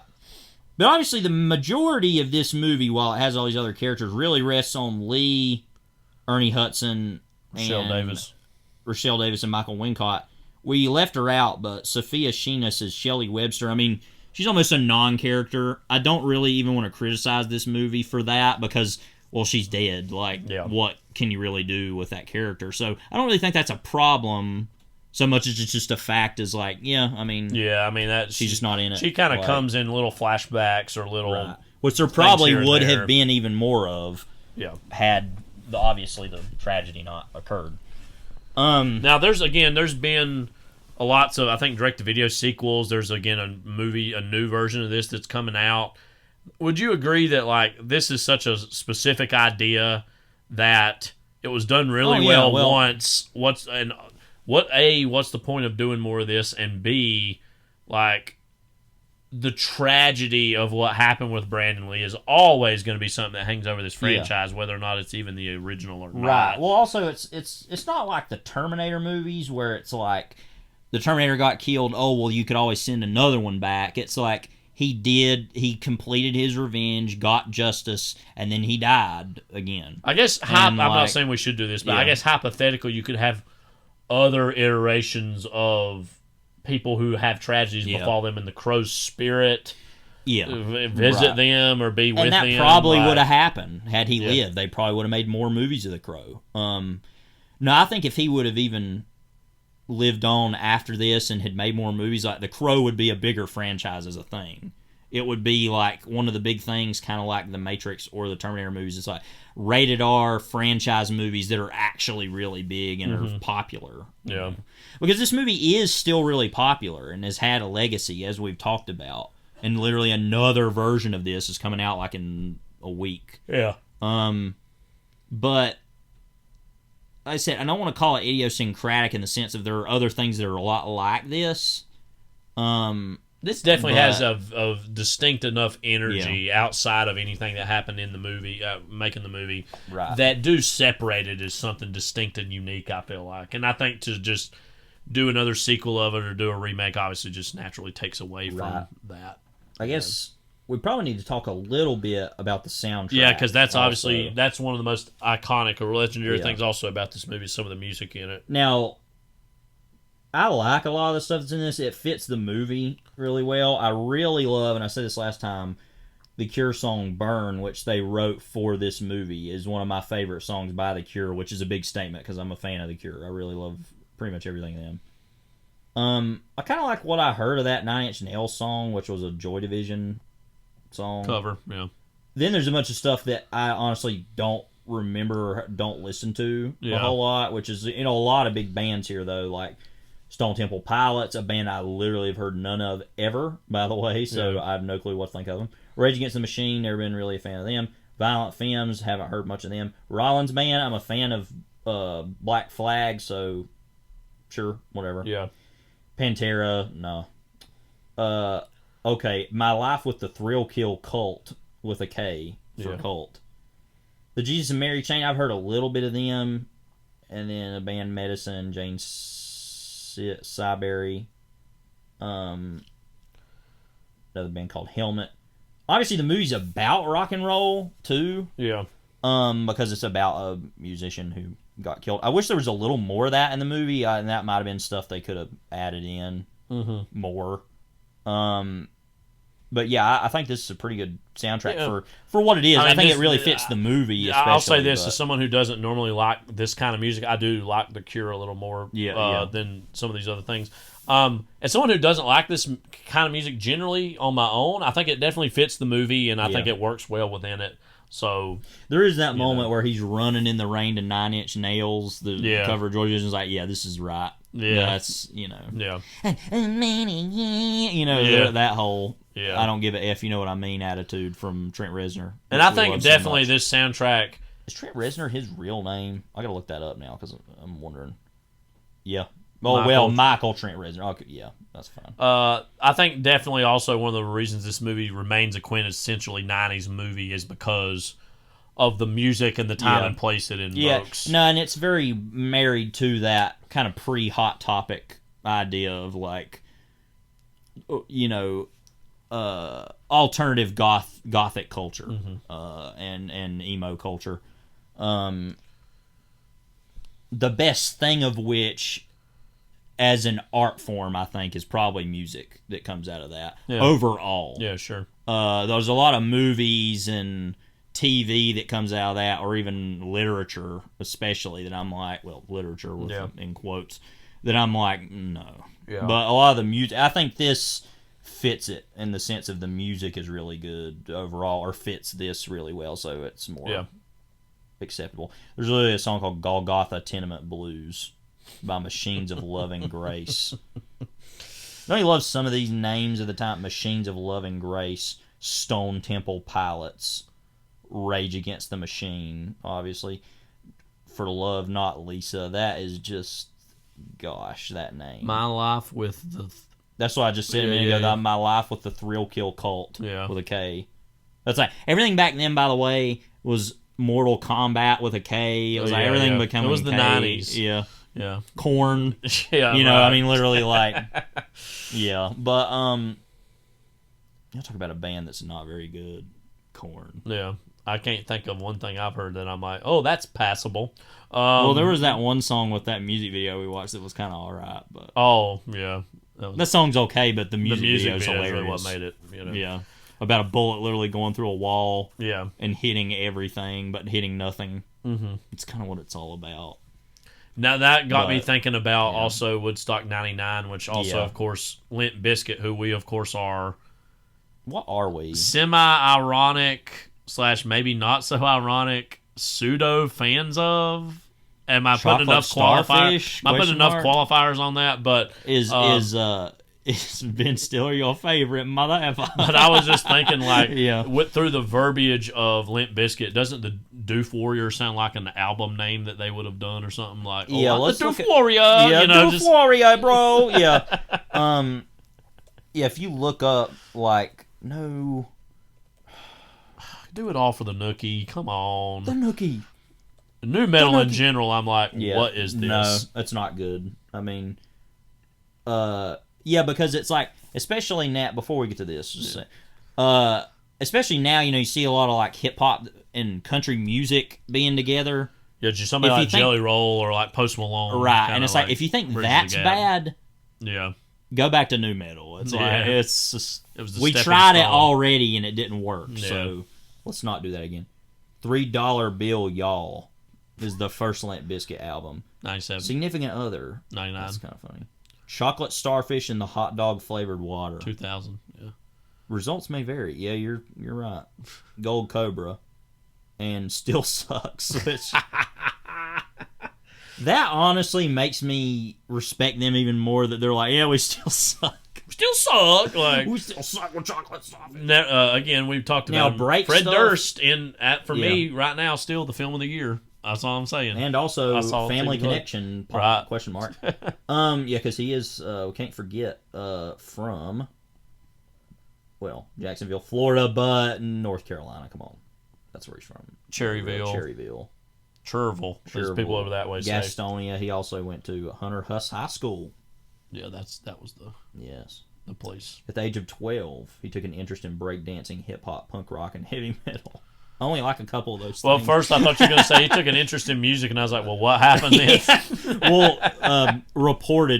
alleged music. Alleged musician. He began to rap, skate, beatbox, and DJ. Beatbox. Wait, what's his birth year?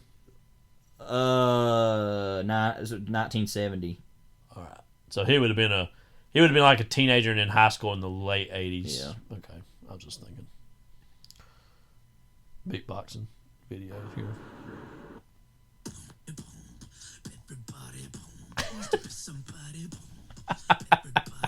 You don't really see beatboxing as much of a thing as it once was. Because everybody realized how dumb it was. Yeah.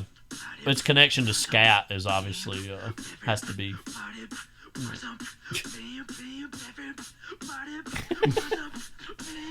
And I think on that note, we end our discussion of The Crow from 1994. Again, doesn't it feel very 90s to end a discussion of The Crow with beatboxing videos? Like, I mean, that's kind of what it was all about. I'm sure there's the Crow purist out there like, that's not the kind of music that The Crow. Like, and I'm like, okay, well, actually listen to some of that music.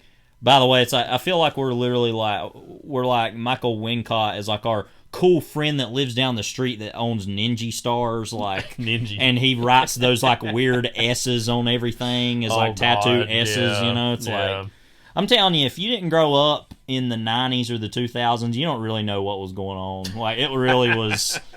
And I'm even saying this as somebody who was even younger than a lot of people, but yeah, it was a special time for sure. It was like kids who were either like wearing really over the top weird colored pants. They're like Mario Brothers, or like people that are like, I'm real into the Nookie, the Nookie. Yeah.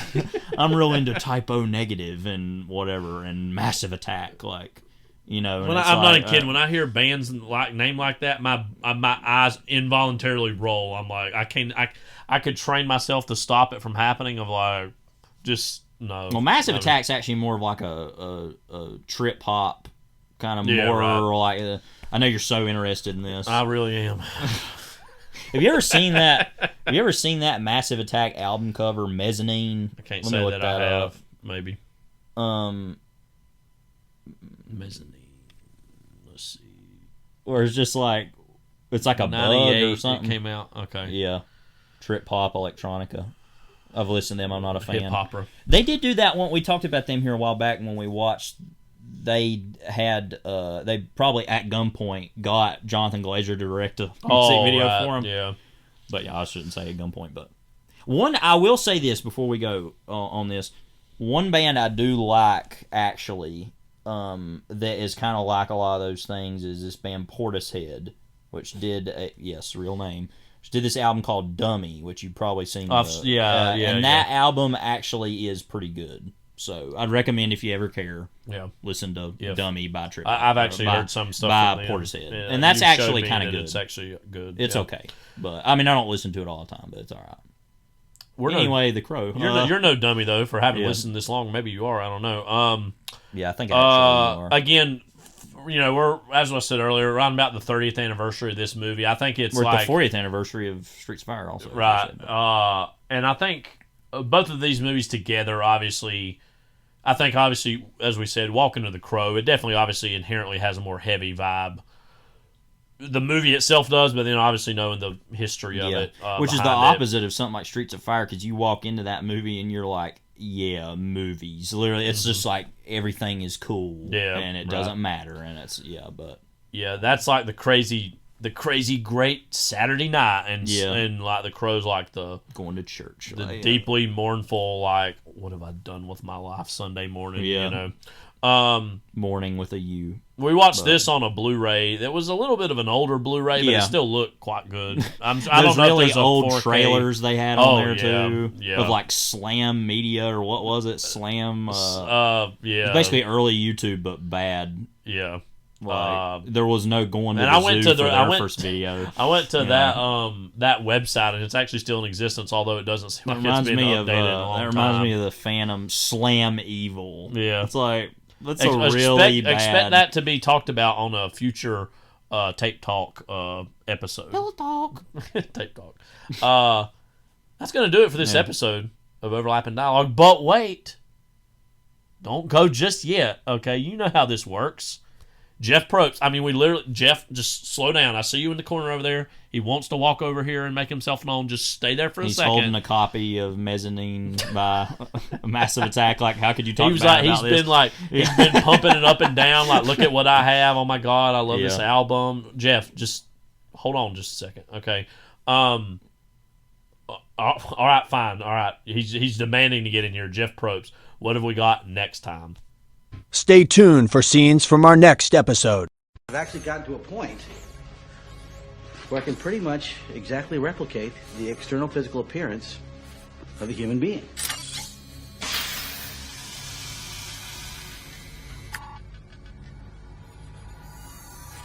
Remarkable. Thank you. Amazing. Unfortunately, nobody seems terribly interested in funding my research, but... I am. I will fund your research. Yeah? That'd be cool.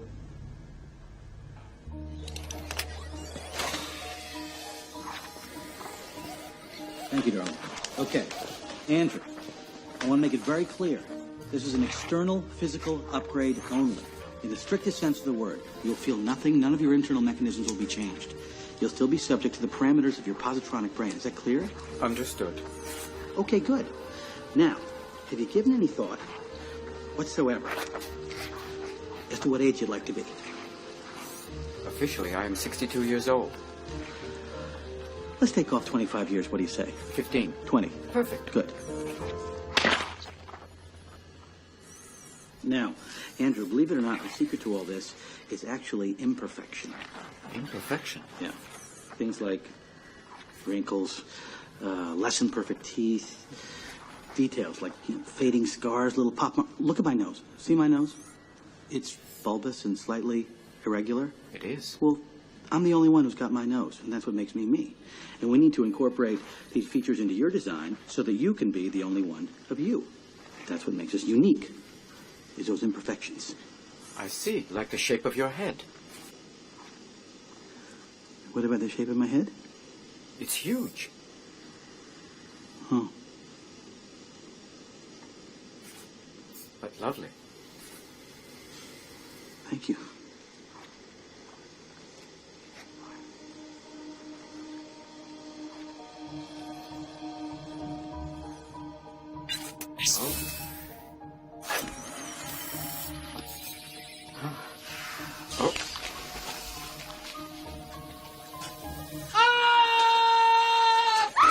What happened?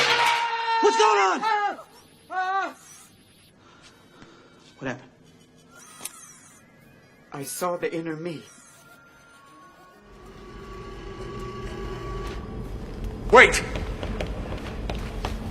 What if the blue fairy isn't real at all, David? What if she's magic? The supernatural is the hidden web that unites the universe. Only Augur believe what cannot be seen or measured. It is that oddness that separates our species. Or what if the blue fairy is an electronic parasite that has arisen to haunt the minds of artificial intelligence? They hate us, you know. The humans. They'll stop at nothing. My mommy doesn't hate me. Because I'm special and unique. Because there's never been anyone like me before. Ever. Mommy loves Martin because he is real, and when I am real, Mommy's going to read to me and tuck me in my bed and sing to me and listen to what I say, and she will cuddle with me and tell me every day 100 times a day that she loves me.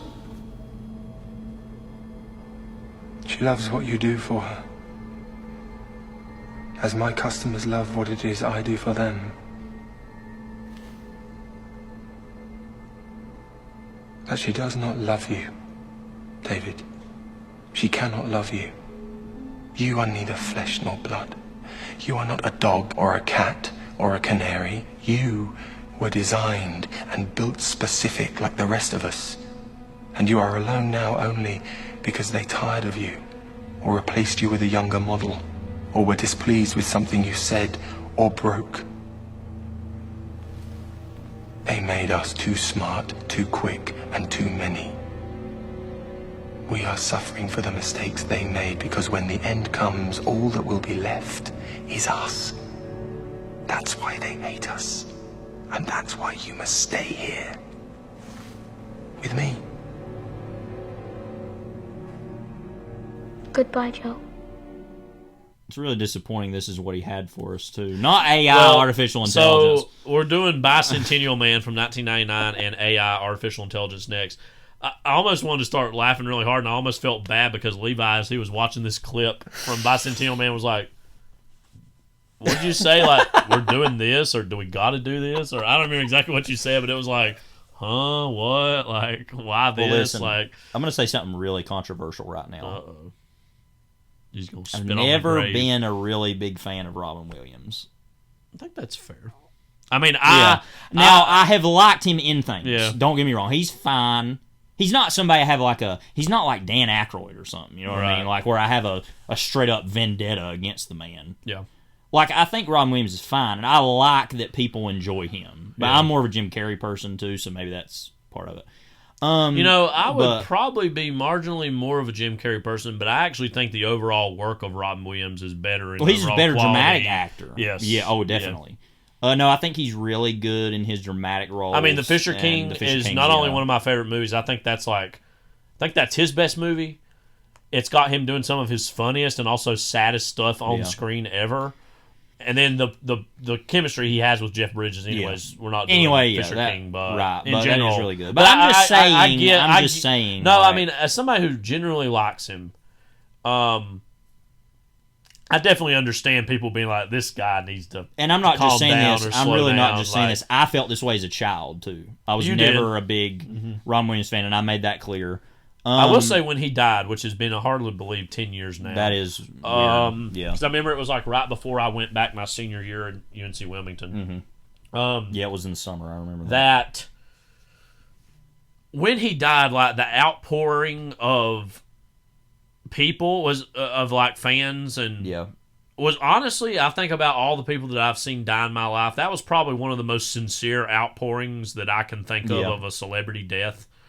Where people, everybody, a lot of people, one of their go-tos was Dead Poets Society. And as a teacher, that's not like, I know for a lot of teachers, that's like one of the reasons they get into teaching is because of that movie.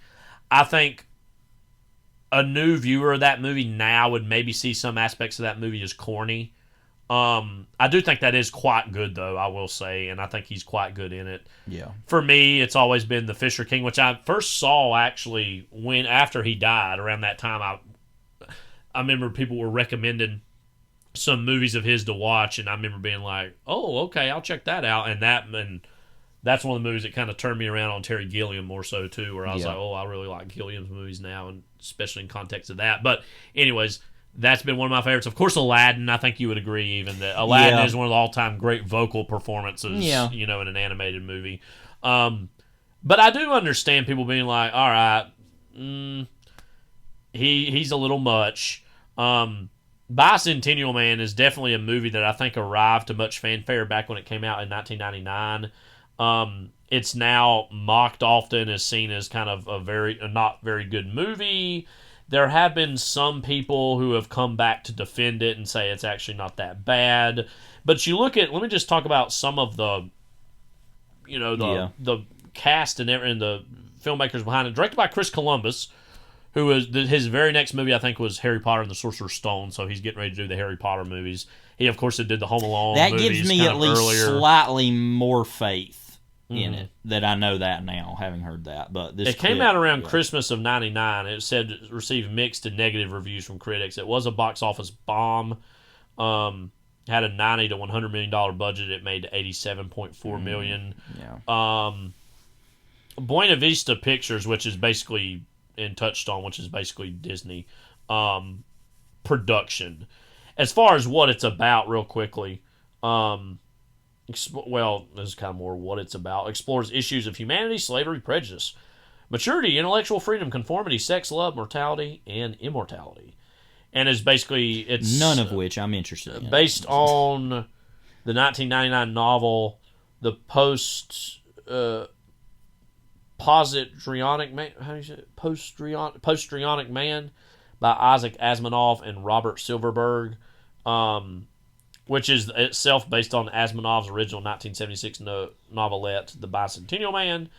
So it's basically about a man who is like in the future, near future, who is like created as a robot, and it's about him trying to get his humanity. I mean, we've seen versions of these stories. It's literally, I want to be a real boy. I mean, it's like Pinocchio, which there's a lot of that in AI also that we'll talk about. But it is a movie that's been kind of forgotten by time. That doesn't mean it's necessarily inherently interesting.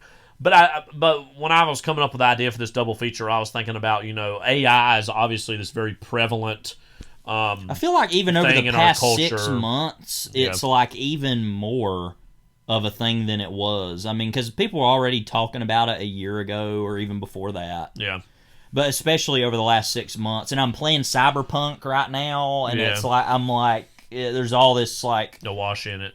Overabundance of AI and culture. So, yeah, I was thinking about this earlier, and we can revisit this idea, too, when we get to these movies. There's some, and this is also part of, the late 90s, the end of the era, Y2K, technology on the cusp of subsuming us in some way or whatever. I mean, it came out the same year as The Matrix. I'm not, that could have been its own double feature, I guess. But, the idea that we now typify robots or AI as being apps within our phones, we don't think of them as these humanoid, three-dimensional beings as much as has been done in the past. Yeah. Like we think of Siri or we think of AI and Facebook. Voice, only a voice, or even something like Her. Her obviously definitely predicted in some ways the moment that we're going through right now.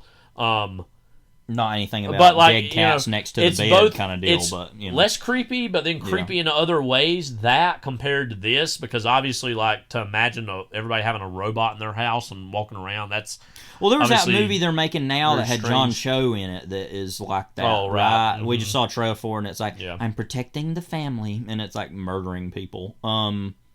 Yeah. So this one. This is definitely like not as much of a horror story with regards to that. I mean, because we'll get into it, and I've seen this movie years ago. I don't remember it very well. I've been wanting to rewatch it. Platt in the scene. So yeah, some other people are in it. Sam Neill, Emmett DeViets, Wendy Crewson, and then again Oliver Platt. This also takes place over like several hundred years, actually. Too, really? I know, Okay. and so. What's been your overall impression or anything of this movie? I know you haven't seen it. None. I mean, I'll say this. I saw this poster a ton.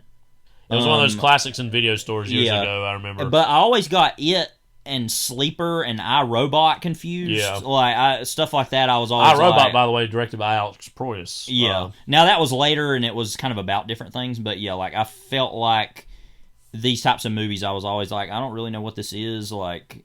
and didn't really care either as a child. Yeah. But I'll say this about that image that's the poster. It really kind of did, even as a kid, remind me of Pinocchio. It's got this weird, like... Well, there's like the half of Robin Williams' right. human face and then the half of this robotic kind of face.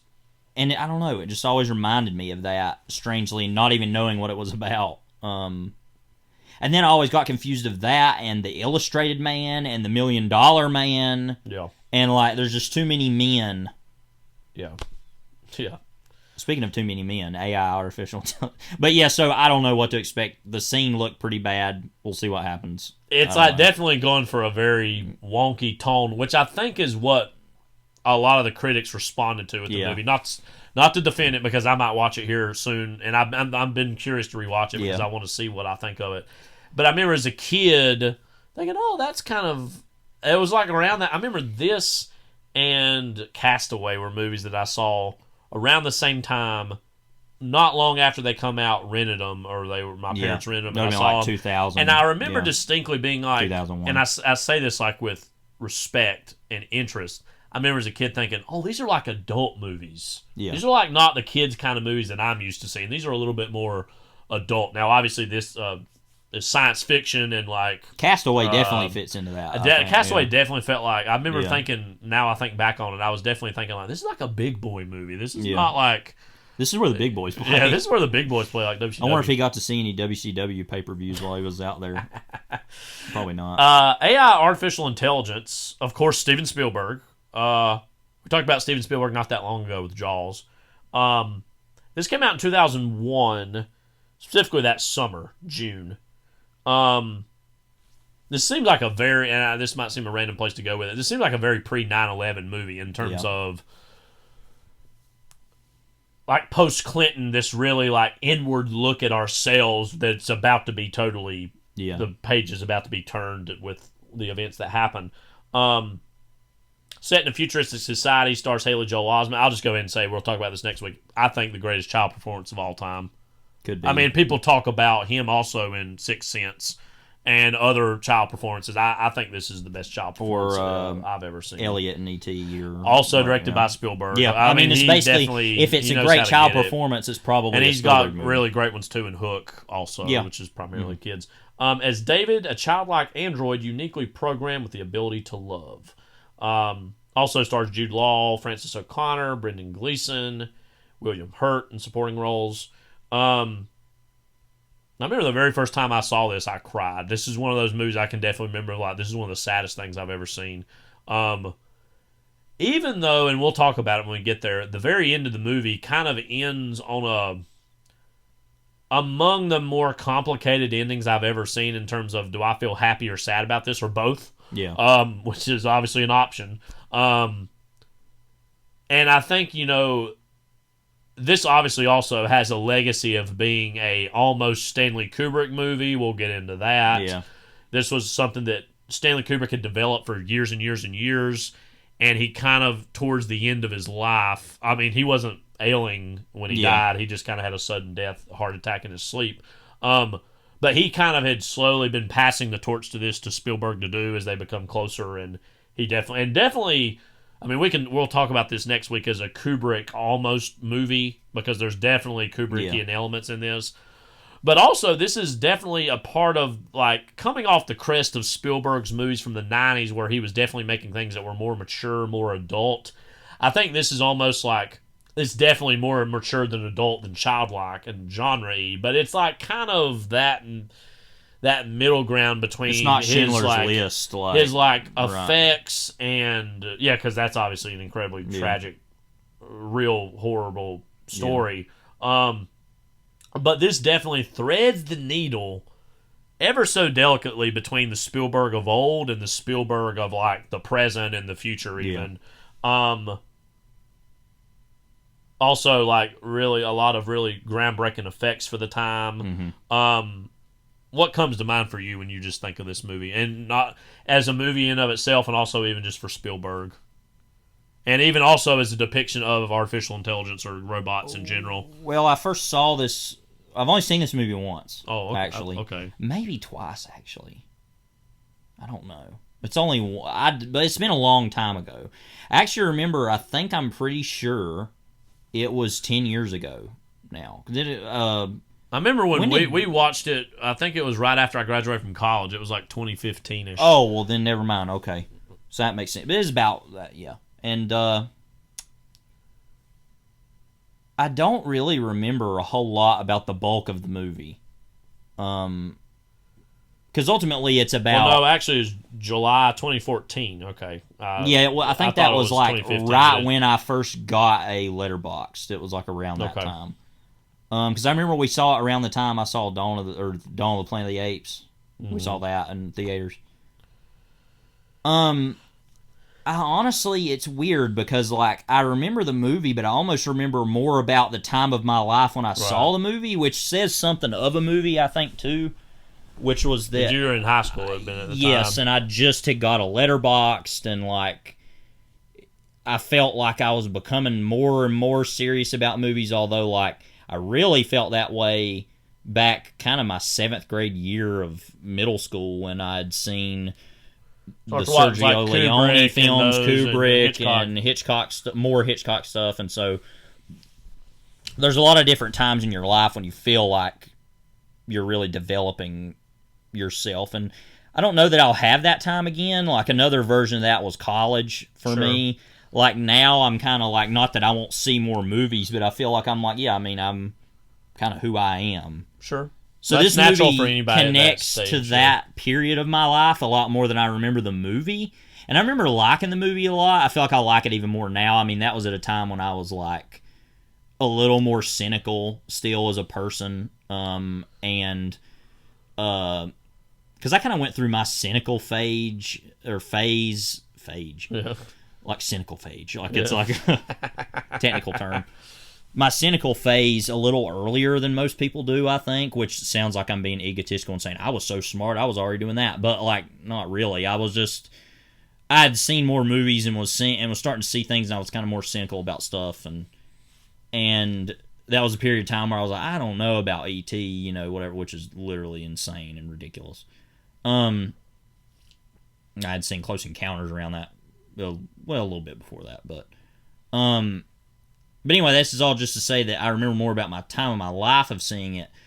But interestingly, I feel like I remember everything about the third act. Yeah. Which is like totally changes course of what the movie is almost. And that's, the point where Spielberg wanted to end the movie earlier and that Kubrick actually was like, no, it needs to be the ending. Spielberg was criticized at the time as, this is a Spielberg ending to a Kubrick movie, and it's kind of the opposite, actually. But and as I've said a million times, that's not even an ending.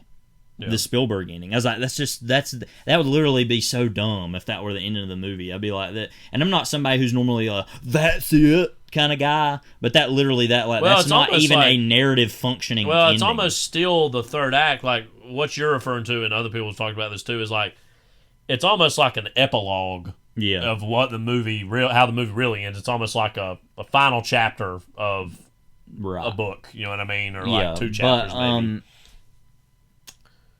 As far as what it says about AI itself, so I'll kind of come back to what I feel about the movie in a minute.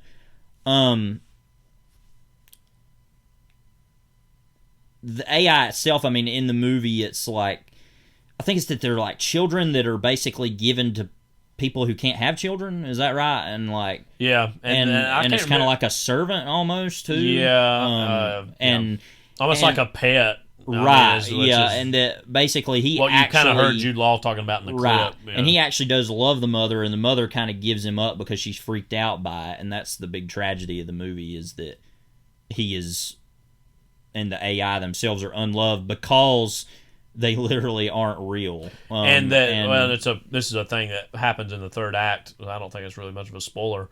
You find out that David is part of a line that was created by William Hurt's character of his own basis of his own son. Yes. Of his own son that he lost. And so even when he tries to go find, who created me? Who's my father? Well, the father of you is actually the father of another child who died, and he's trying to replicate all those qualities into his own son. You know. And so that's its own way of, it's almost like the monkey's paw idea kind of thing. Of it's like, I want my child back, but then it's not really them, it's something else. Or like Pet Sematary, similar thing, you know. But and so, but to take that very horrific idea and actually make it about, I mean, that's why Spielberg's the greatest director of all time, is that he can just do that so seamlessly.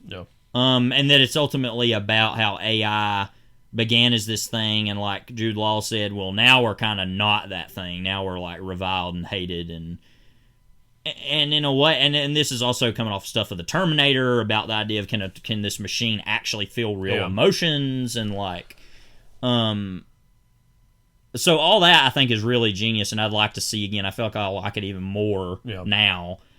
But that ending to that movie, it's like you said, and I cry at movies all the time now, and that's a movie I felt like I might have wanted maybe, but I was at that age. I was like, no, I'm not gonna do it. And fought against doing it. Now I'll probably just let myself do it, because I cry at the end of E.T., I cry at the end of Close Encounters, I cry at the end of other movies, but I think about the end of that movie all the time. That also, the very end of it to me has my all-time favorite John Williams piece of score, which is saying a lot. That's the ending of that.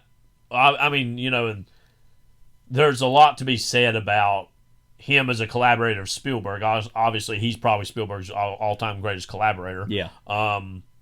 That's one of those things. The movie itself is great, what was shot, but then that music underneath it is what carries the ending of that movie in a roundabout way. So I'm looking forward to rewatching this, because, like I said, it's like what you've described as, and maybe this is stuff we can even say for next week. I feel like our intros get longer and longer, don't they? At the end of these episodes, I mean, which is fine. If you don't like it, turn it off. I don't care. Don't worry, we have another piece of news we're going to talk about here in a minute that's more like a something that... I was actually willing to move on and not talk about it, but since you've said it, we're definitely going to do it now.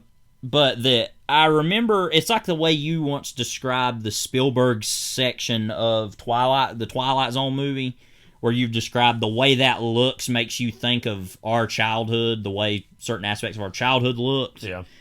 When I think about the ending of this movie, I think about that specific time in my life when I was a kid, still kind of in high school. I know I wasn't a kid exactly, but when I was a teenager, and I was in it was summer, I remember, and there's a lot of things I really remember about watching that movie that makes me happy when I think of that ending, but also literally what the ending means on top of that meaning, and it's like, because it's such a profound thing. And it's a very complicated ending, because it would be really easy to look at it totally cynically, and I'm not saying that there's no merit to that, but I think that part of the brilliance of Spielberg in that movie in particular is that it's like, it's not easy. But he still got what he wanted, and that's all that really matters. Is that, you know, is that he felt like he was loved, and that's all that really mattered about the ending of the movie. And that's kind of spoiling it if you don't know what the ending of that movie is. We'll definitely be talking about it more next week. But so I mean, obviously, AI and the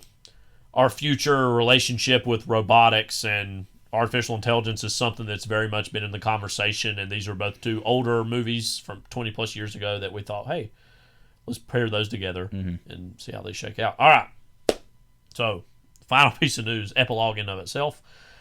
It was just announced for us last night, because we're recording this on Sunday, July 28th now. You heard earlier from us when we were on Saturday. In the future Yeah, sometimes now. We split these up in case you don't know. Well, let's just drop the curtain. Who cares? It doesn't matter. That we were just talking literally earlier about Hall H doesn't have those big surprises. I'm not saying that's a good or a bad thing. It's just different now. You switched the samples, didn't you? It was announced that the Russo brothers were going to probably come back and do the Avengers, I guess, 5 and 6 now, because what they did. Because I guess Avengers 3 and 4 were those two parts. That's what pisses me off about these movies is it's there's these Avengers movies, but then there's Captain America: Civil War, and that's kind of an Avengers movie though, because that's so ridiculous. So we all know that the Fantastic Four is getting ready to be put into the Marvel Cinematic Universe MCU. Well, their all-time greatest villain was announced yesterday. Doctor Doom. And very shockingly, and before we even get to exactly what the revelation is, there's a video that I could show you later. I forgot to show you this, where there's all these Dooms that are on stage. They bring all these you can tell random actors or people that they got to dress up like Doctor Dooms, and they have these basically they all look the same except one is this more specific shade of green. And the Russo brothers were we know we had to get the greatest actor in the world to play Doctor Doom, Marvel's greatest villain. And there's one... That was Jack Nicholson. And one person walks forward, and right before the mask comes off, everybody's waiting on pins and needles. There's one guy in the crowd that says, Jared Leto.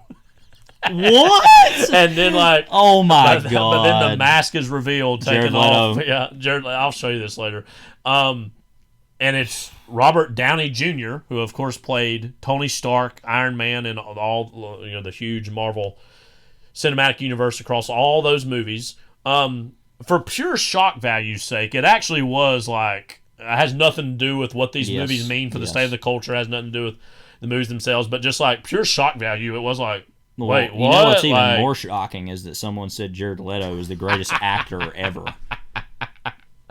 They might have meant it as a joke. I don't know. I don't think so. Well, considering that crowd, considering maybe they're in Hall H, I don't think they're joking about it. Maybe not. But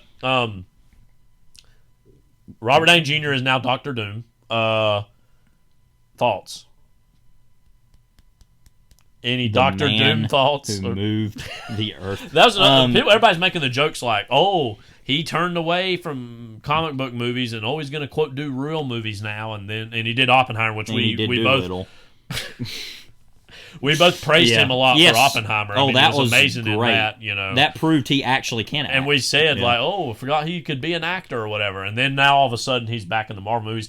Is this even as big of a deal as people might make it out to be? Because we're probably not even going to see his face all that much anyways. It doesn't matter. He might not even show up to even shoot any of this. It's like what you said. We were saying this on the way to church this morning because, we have 5 minutes. We're all right, what are we going to talk about? Yeah. So let's talk about this. And so, because we can't talk about churches. No, it's just that we were just talking about it. And Doctor Doom in this is probably going to be Pedro Pascal on The Mandalorian. It's you didn't even really have to show up. And who cares? He just does the voice, and there might be a day where he takes off the mask. And he's like, I am Groot. I don't know. I know me and you have never had any real personal conversations much about the character of Doctor Doom himself.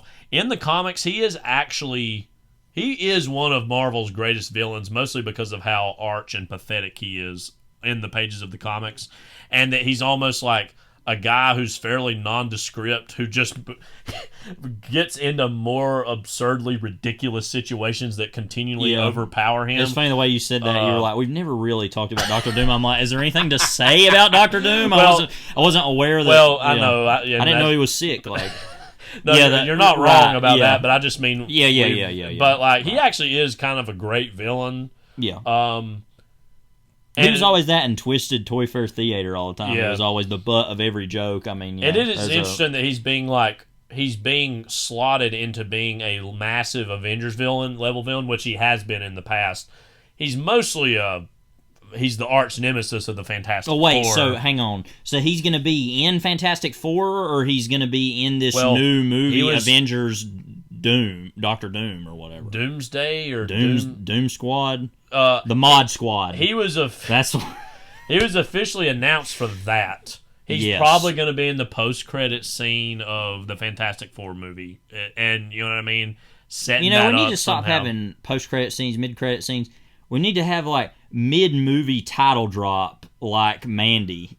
Yeah. Why the hell The did Departed that wasn't happen? quite mid-movie, No, that was but like it was- 20 minutes. but it was yeah. still a or while Babylon's into like it. 20 minutes. Yeah. You know, whatever, 30 minutes. Yeah. But that movie's also like 3 hours long, so it's like whatever. Yeah. But Mandy, like, Yeah. I kind of already knew that. Or even like 3/4 into it, where it's like, you're like, okay, even more. Because it's not shocking even at that the point. ending at that point. Yeah. It's not even a Christopher Nolan movie at that point. I mean, we talked about Once Upon a Time in Hollywood. Yeah. I think. Well, one that of is the a great modern common title thing that a lot of drops people that do is now the is end they of the have movie. the title at the end of the movie or whatever. And that literally also functions Yes. in the movie. Yes. In like a Or it could real just be way. Apocalypse Now and you have no credits or titles whatsoever. Jared Leto. That's like one of the most random things about it. Funniest thing. Yeah, I don't really care about this at all. I mean, I just figured we'd bring it up because it's like, Yeah.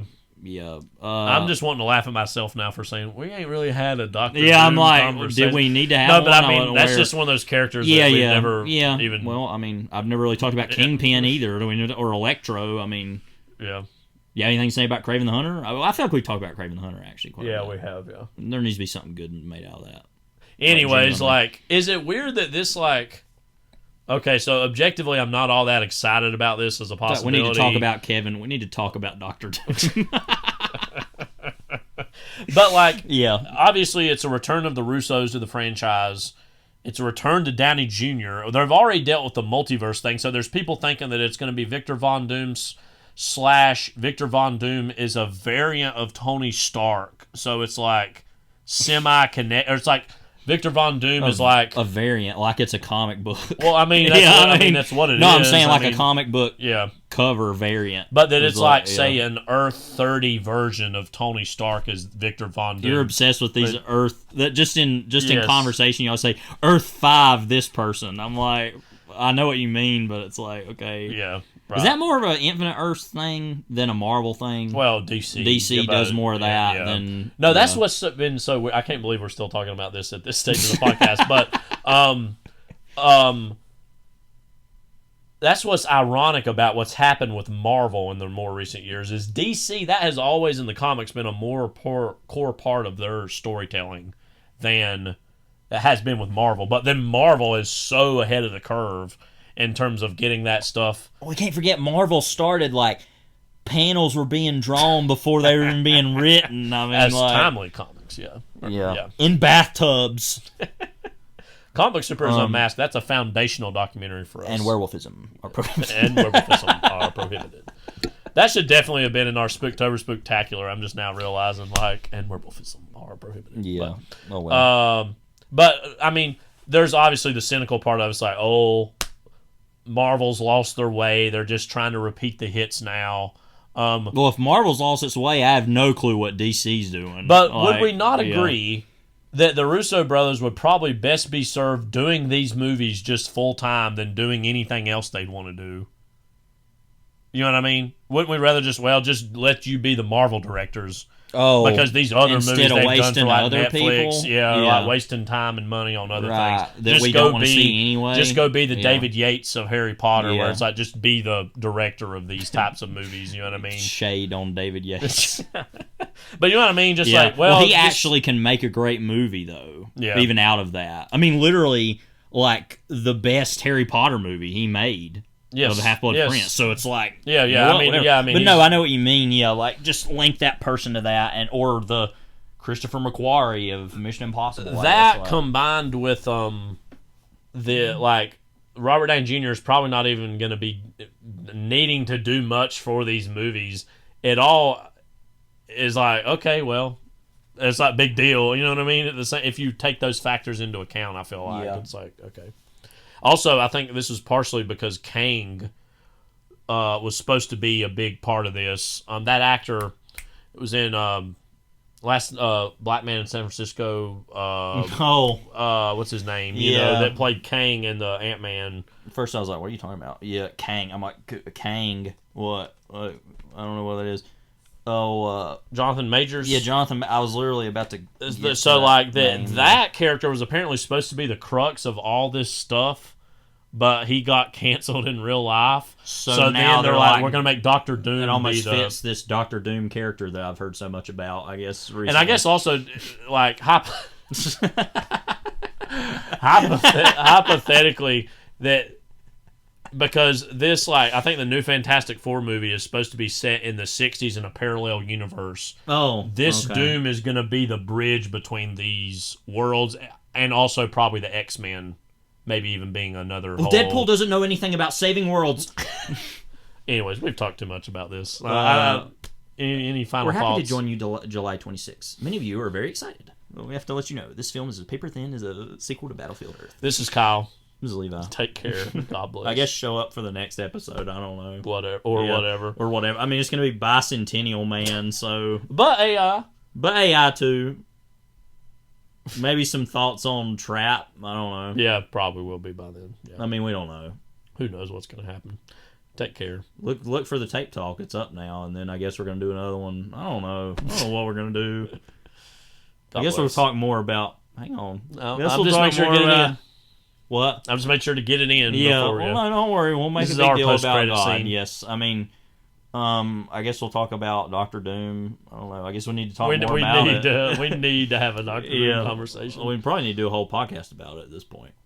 Victor. I mean, let's just be honest. Victor Von Doom. His name is Victor Von Doom. I mean, that's because one of. Even Victor I mean, this Freeze was is the, spelled differently. Yeah, like, I mean, that was the apex Stan Lee era of we're going to name people. We're going to name people. Even like, the Hulk had a name. Yeah, Bruce Banner, yeah. like Victor Von Doom. J. Jonah Jameson. You know, that's another. Because even Kraven the Hunter, it's like that's his title. That's not his name. Craven is his name. It's crazy that Norman Osborn is a totally reasonable... Norman Bates! Yeah. Norman. Norman Osborn. Norman! Where Norman's having a moment in the 60s. That's what we need to talk about. I was about to say Norman Chomsky, and I was like, no, it's Noam Chomsky. I don't know. You seem antsy to get out of here. Is there a problem? No, anyway. I mean, we've passed the point of no return anyways. I mean, what? Anything else on your mind? Like that's enough. That's enough. We're good, I think. Or whatever.